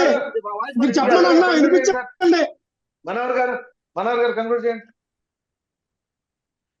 ప్రసాద్ గారు, సార్ ఇప్పుడు నేను అదే మాట్లాడుతున్నా. మళ్ళీ కూడా వైసీపీ వాళ్ళది ఎప్పుడు చూసినా కూడా అబద్ధాలని నిజాలు చేసి ప్రజలకు చూపించే ధోరణి. ఈ ధోరణి వల్లనే ప్రజలు అన్ని కూడా ఈ రోజు ఓడించి 11 సీట్లో కూర్చోబెట్టడానికి కారణం ముఖ్యమైనది అదే. మేము అన్నాం, మేము 14 నుంచి 19 వరకు చంద్రబాబు నాయుడు గారు చేసినటువంటి అప్పు కేవలం 1,24,000 కోట్లు మాత్రమే. కావాలంటే చెక్ చేసుకోమని చెప్పండి. కానీ ఈ రోజు వైసీపీ చేసినటువంటి అప్పు 11,60,000 కోట్లకు పోయింది. దీంట్లో డైరెక్ట్ బటన్ ద్వారా ప్రజలకు చెందినటువంటి డబ్బు 4,28,000 కోట్లు. సో మిగిలిన డబ్బు ఏమైంది అని మేము ఫస్ట్ నుంచి అడుగుతూనే ఉన్నాం. దానికి ఇంతవరకు ఏ వైసీపీ నాయకుడు కానీ ఆఖరికి మాజీ ముఖ్యమంత్రి జగన్మోహన్ రెడ్డి గాని సమాధానం చెప్పింది లేదు. ఇక పోలవరం వస్తే, పోలవరం ప్రాజెక్టుని ఎంత త్వరితగిన పూర్తి చేయాలని నడిపామో ప్రజలంతా చూశారు. ఈ రోజు పోలవరం కుంటుపడ్డానికి, అది పూర్తిగా మళ్ళీ కాఫర్ డ్యామ్ కొట్టుకుని పోవడానికి ఎవరు కారణం? జగన్మోహన్ రెడ్డి ప్రభుత్వం కాదా? దాన్ని 5 ఏళ్లుగా అనాథగా వదిలేసి పైపెచ్చు దానిపైన కూడా కొంత అవినీతిని జరిపించుకొని దాన్ని వదిలేయడం వల్లే కదా ఈ రోజు ఆ పరిస్థితికి వచ్చింది. దాన్ని ఈ రోజు వెంటనే బాబు గారు వచ్చినటువంటి నెలలోనే పోలవరం పైన దృష్టి పెట్టి మళ్ళీ ఇంజనీరింగ్ ప్రదేశాల నుంచి పిలిపించి దానిపైన మొదలు పెట్టిస్తున్నాం. ఖచ్చితంగా ఈ సంవత్సరం 5 సంవత్సరాల్లో కాదు 2 సంవత్సరాల్లోనే పూర్తి చేయాలనే సంకల్పంతో బాబు గారు ఉన్నారు. ఇంకా అమరావతికి వస్తే, అమరావతి మరి పైసా డబ్బులు ఆ రోజు ఇన్ని కోట్లు వచ్చేదంటే అవి లెక్కలు మాటల్లో చెప్పొద్దండి. మేము నిజాయితీగా చూపించండి అని చాలా సార్లు ఇంతకు ముందు కూడా అడిగాం వైసీపీ డిబేట్లలో. అమరావతికి 33,000 ఎకరాలు కొనే పరిస్థితుల్లో మన ప్రభుత్వం మన ఆంధ్రప్రదేశ్ ఉన్నిందే ఆ ప్రసాద్ గారు. అప్పుడు 33,000 ఎకరాలు అక్కడున్న భూమిని కొనగలదా? ఆ శక్తి సామర్థ్యాలు మనకు ఉన్నాయా? అప్పుల్లో వచ్చాం. 16,000 కోట్ల లోటు బడ్జెట్ తో వచ్చాం బయటికి. అలాంటప్పుడు ఏ విధంగా అవుతుంది? అది ₹1 లేకుండా బాబు గారు రైతులందరితో కూర్చొని మాట్లాడి ఈ యొక్క ల్యాండ్ పూలింగ్ అనేది 30,000 కోట్ల డబ్బును ₹1 లేకుండా తీసుకొని వాళ్ళకి ఏదో ప్రతి సంవత్సరం ఇచ్చేటువంటి భూముల పైన వాళ్ళకి లీజ్ ఇస్తారు. ఆ లీజు తర్వాత వాళ్ళకు అభివృద్ధి చెందిన తర్వాత residential flat and commercial flat ఇస్తామని ఒప్పించి చేస్తే బాబు గారి పైన నమ్మకంతో మాత్రమే ఆ రోజు అన్ని వేల ఎకరాలు రైతులు ఇవ్వడం జరిగింది. అయితే బాబు గారు నమ్మకాన్ని ఒమ్ము చేయకుండా అమరావతిని మొదలుపెట్టి పని జరిగితే తర్వాత ఎన్నికలు రావడం, సరే అదృష్టం బాలేకుండా ఓడిపోవడం జరిగింది. తర్వాత ఏం జరిగింది సార్? తర్వాత అమరావతి మొత్తం నేలమట్టం చేయాలనే ఆలోచనలోకి వెళ్ళిపోయారు కదా. చెప్పేసి అసలు ప్రాంతీయాల మధ్య విభేదాలు సృష్టించాలని చూశారు కదా. కానీ ఏ ప్రాంతంలోనైనా అమరావతి వద్దు, మాకు కావాలి రాజధాని అని అట్లా ఉత్తరాంధ్ర వాళ్ళు కానీ రాయలసీమ వాళ్ళు కానీ లేకపోతే ఇటు మన వీళ్ళు కానీ ఎవరైనా కొట్లాడారా? ఒక్కరేమైనా సపోర్ట్ చేశారా జగన్మోహన్ రెడ్డికి 3 రాజధానులకు? ఎవరు చేయలే. ఎందుకు? ప్రజలకు అందరికీ అర్థమైపోయింది, నడిబొడ్డులో అమరావతి ఉంటేనే అందరికీ శ్రేయస్కరం, పైగా నీటి దార ఉంది, అందరూ ఒప్పుకున్నారు. ఇదే జగన్మోహన్ రెడ్డి అసెంబ్లీలో కూడా ఒప్పుకున్నాడు కదండి. 30,000 ఎకరాలైనా ఉండాలి అని చెప్పిన వ్యక్తే కదా ఆయన కూడా. అమరావతి ఈడే ఉంటుందని ఇల్లు కట్టుకుంటానని ఇల్లు కట్టుకునేసి అక్కడే కాపురం ఉండి నేను చంద్రబాబు నాయుడికి ఇల్లు లేదు నాకుంది అని చెప్పాడుగా. మరి ఈ రోజు అమరావతిని నాశనం చేసింది ఎవరు? మళ్ళీ అమరావతిని ఈ రోజు పునర్నిర్మాణం జరుగుతా ఉంటే వీళ్ళకందరికీ బాధ. అంటే ఎప్పుడు పోలవరం గాని అమరావతి గాని పూర్తి అయితే వైసీపీ నామరూపాలు లేకుండా అయిపోతుంది. ఖచ్చితంగా ప్రజలు వైసీపీని ఇంకా ఆలోచన చేసేలేదన్నమాట. అందుకు వీళ్ళ బాధ. ఈ బాధతో ఎన్నైనా మాట్లాడతారు. ఈ రోజు ఇంకొక విషయం కూడా చెప్తున్నాం సార్, కంక్లూషన్ ఇస్తున్నా. సూపర్ 6 గురించి మాట్లాడుతున్నారు మాటికి. సార్ 2 నెలలు అయింది ప్రభుత్వం వచ్చి, 2 నెలలే. ఇప్పటికీ మేము పెన్షన్ ఇచ్చేసాం, ఉచిత ఇసుక విధానాన్ని వదిలిపెట్టాం, అన్నా క్యాంటీన్లను కూడా మేము ఓపెన్ చేసి ఈ రోజు పేద ప్రజలు ఆనందంగా తింటున్నారు. ఇవన్నీ కూడా ఇప్పుడు కొత్త బస్సులు కొనబోతున్నాం. ఎందుకు? ఉచిత బస్సు ప్రయాణం కల్పించడం కోసం. ఇవన్నీ కూడా ఒక ప్రణాళికంగా వేసుకొని చేస్తాం. ఎటు పడితే అటు అప్పులు మీలాగా లక్షల కోట్లు అప్పులు చేసేసి నాశనం చేయాలని రాష్ట్రాన్ని మాకు లేదు. ఒకవైపు పెట్టుబడులు తీసుకొస్తున్నాం. మన శ్రీ సిటీలో చూడండి 8 కంపెనీలకు శంకుస్థాపన, ఇంకొక 6 కంపెనీలకు ఇవి చేశాం. తర్వాత ఇప్పుడు గోద్రేజ్ కంపెనీ వచ్చి రాష్ట్రంలో పెట్టుబడులకు వస్తా ఉంది. మీరు అన్నట్టు పెట్రోలియం, భారత పెట్రోలియం తీసుకొచ్చి పెట్టుబడులు పెట్టేకి వస్తా ఉంది. ఒకవైపు పెట్టుబడులు తెస్తున్నాం, మరోవైపు వచ్చేసి ప్రజా సంక్షేమ పథకాలను కూడా ఒకటొకటిగా ఎలా చేయాలో అదే విధంగా చేస్తున్నాం. మరోవైపు అమరావతిని, పోలవరాన్ని పూర్తి చేయాలన్న సంకల్పంతో వాటి మీద ఉన్నాం. ఇన్ని విషయాలపైన కేంద్రీకృతమైంది మా దృష్టి తప్ప కూటమి ప్రభుత్వం ఎక్కడ కూడా మేము ఇప్పుడు స్వలాభాలు చూడాలనో లేకపోతే వాళ్ళని తిట్టాలనో అధికారం ప్రతిపక్షాలను ఇబ్బంది పెట్టాలనో మాకు లేదు. అయితే మా బాధ్యత ఏమంటే, మా బాధ్యత గత ప్రభుత్వం చేసిన తప్పుల్ని, అవినీతిని కూడా బయట పెట్టాలి కాబట్టి ప్రజలకి మేము ఖచ్చితంగా ఆన్సరబుల్ కాబట్టి వాటి మీద కూడా దృష్టి పెడుతున్నాం తప్ప కక్ష సాధింపు చర్యలు కాదు. మణిగారు కన్క్లూడింగ్ రిమార్క్స్ ఇవ్వండి. సార్ ఇప్పుడు మనం మాట్లాడుకున్న పాయింట్ లో అనంతబాబు గారి లిస్ట్ కూడా ఉంది కదా సార్. అనంతబాబు గారు జనరల్ అయితే ఎస్సీ సర్టిఫికేట్ పెట్టి కోర్టులో నిలిచినాడు సార్. వీళ్ళందరూ ఎట్లా చేస్తారంటే అన్ని మొత్తం తప్పుడు పనులు, తప్పుడు వ్యవహారాలు ఇవన్నీ చేసేది. నిన్న కూడా అందుకే సార్ ఇతను చేసిన నిన్న సెక్సువల్ హరాస్మెంట్ కూడా ఎట్లా ఉన్నిందంటే, అది నేను కాదు, ఏదో బాబు బర్త్డే కోసం వీడియో కాల్ చేశాను అది ఇది అని చెప్పని చాలా అబద్ధాలు. అసలు ఎంత అబద్ధాలు అంటే, ఇప్పుడు మన లక్ష్మణరావు గారు కూడా వస్తానే మీరు ఇంకా మాకు అది ఏదో అన్నారు. మీరు డిజిటల్ మా మద్యం షాపుల దగ్గర డిజిటల్ ఎందుకు పెట్టలేదు సార్, అది చెప్పండి మాకు. ఇంక వేరే ఏం వద్దు, మీరు డిజిటల్ అంత లెక్కల మా బటన్ నొక్కి డబ్బులు వేసాడు, లెక్కలు పర్ఫెక్ట్ గా వస్తున్నాయి అన్నారు కదా. ఆ లెక్కలు పర్ఫెక్ట్ గా రావాలంటే మద్యం షాపుల దగ్గర కూడా ఫింగర్ పెట్టేసి డబ్బులు వేసినట్టే ఆ లెక్క కూడా కరెక్ట్ గా తేలేదు కదా. ఆ క్యాష్ కట్టి ఎందుకు తీశారు, మిగతా క్యాష్ బ్యాలెన్స్ ఏమైంది, అవన్నిటికీ సమాధానం చెప్పాలి సార్. రెండోది వచ్చేసి సంపద సృష్టించి పథకాలు ఇస్తారు. సంపద సృష్టించిన పథకాలు రావు. మీరు చేసిన తప్పులు, భయంకరమైన స్కాములు ఇవన్నీ ఎత్తిపోసుకొని అవన్నీ పూడ్చడానికి వాళ్ళకి టైం సరిపోవడం లే.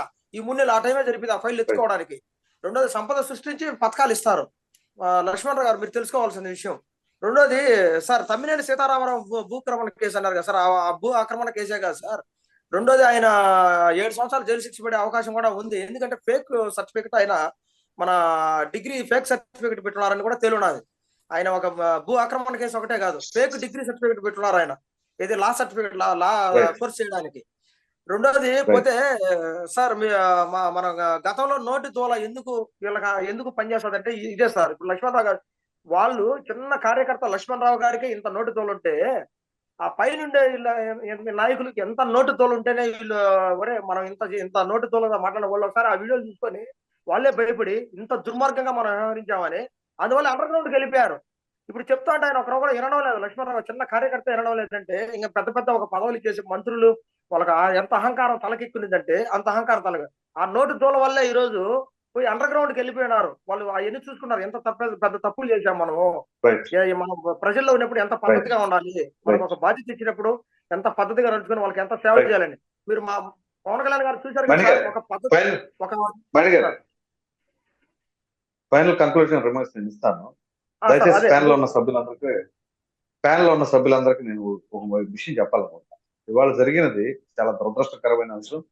సరే, ఎవరు చెప్పినా చెప్పకపోయినా ఇది ప్యానల్ కాబట్టి, యాజ్ ఎ మోడరేటర్ గా నా బాధ్యత కాబట్టి ఇవాళ జరిగిన దానికి నేను క్షమాపణ చెబుతున్నాను. మనోహర్ నాయుడు గారు అట్లా ప్రసాద్ గారు మీరు క్షమాపణ చెప్పిన అవసరం లేదు.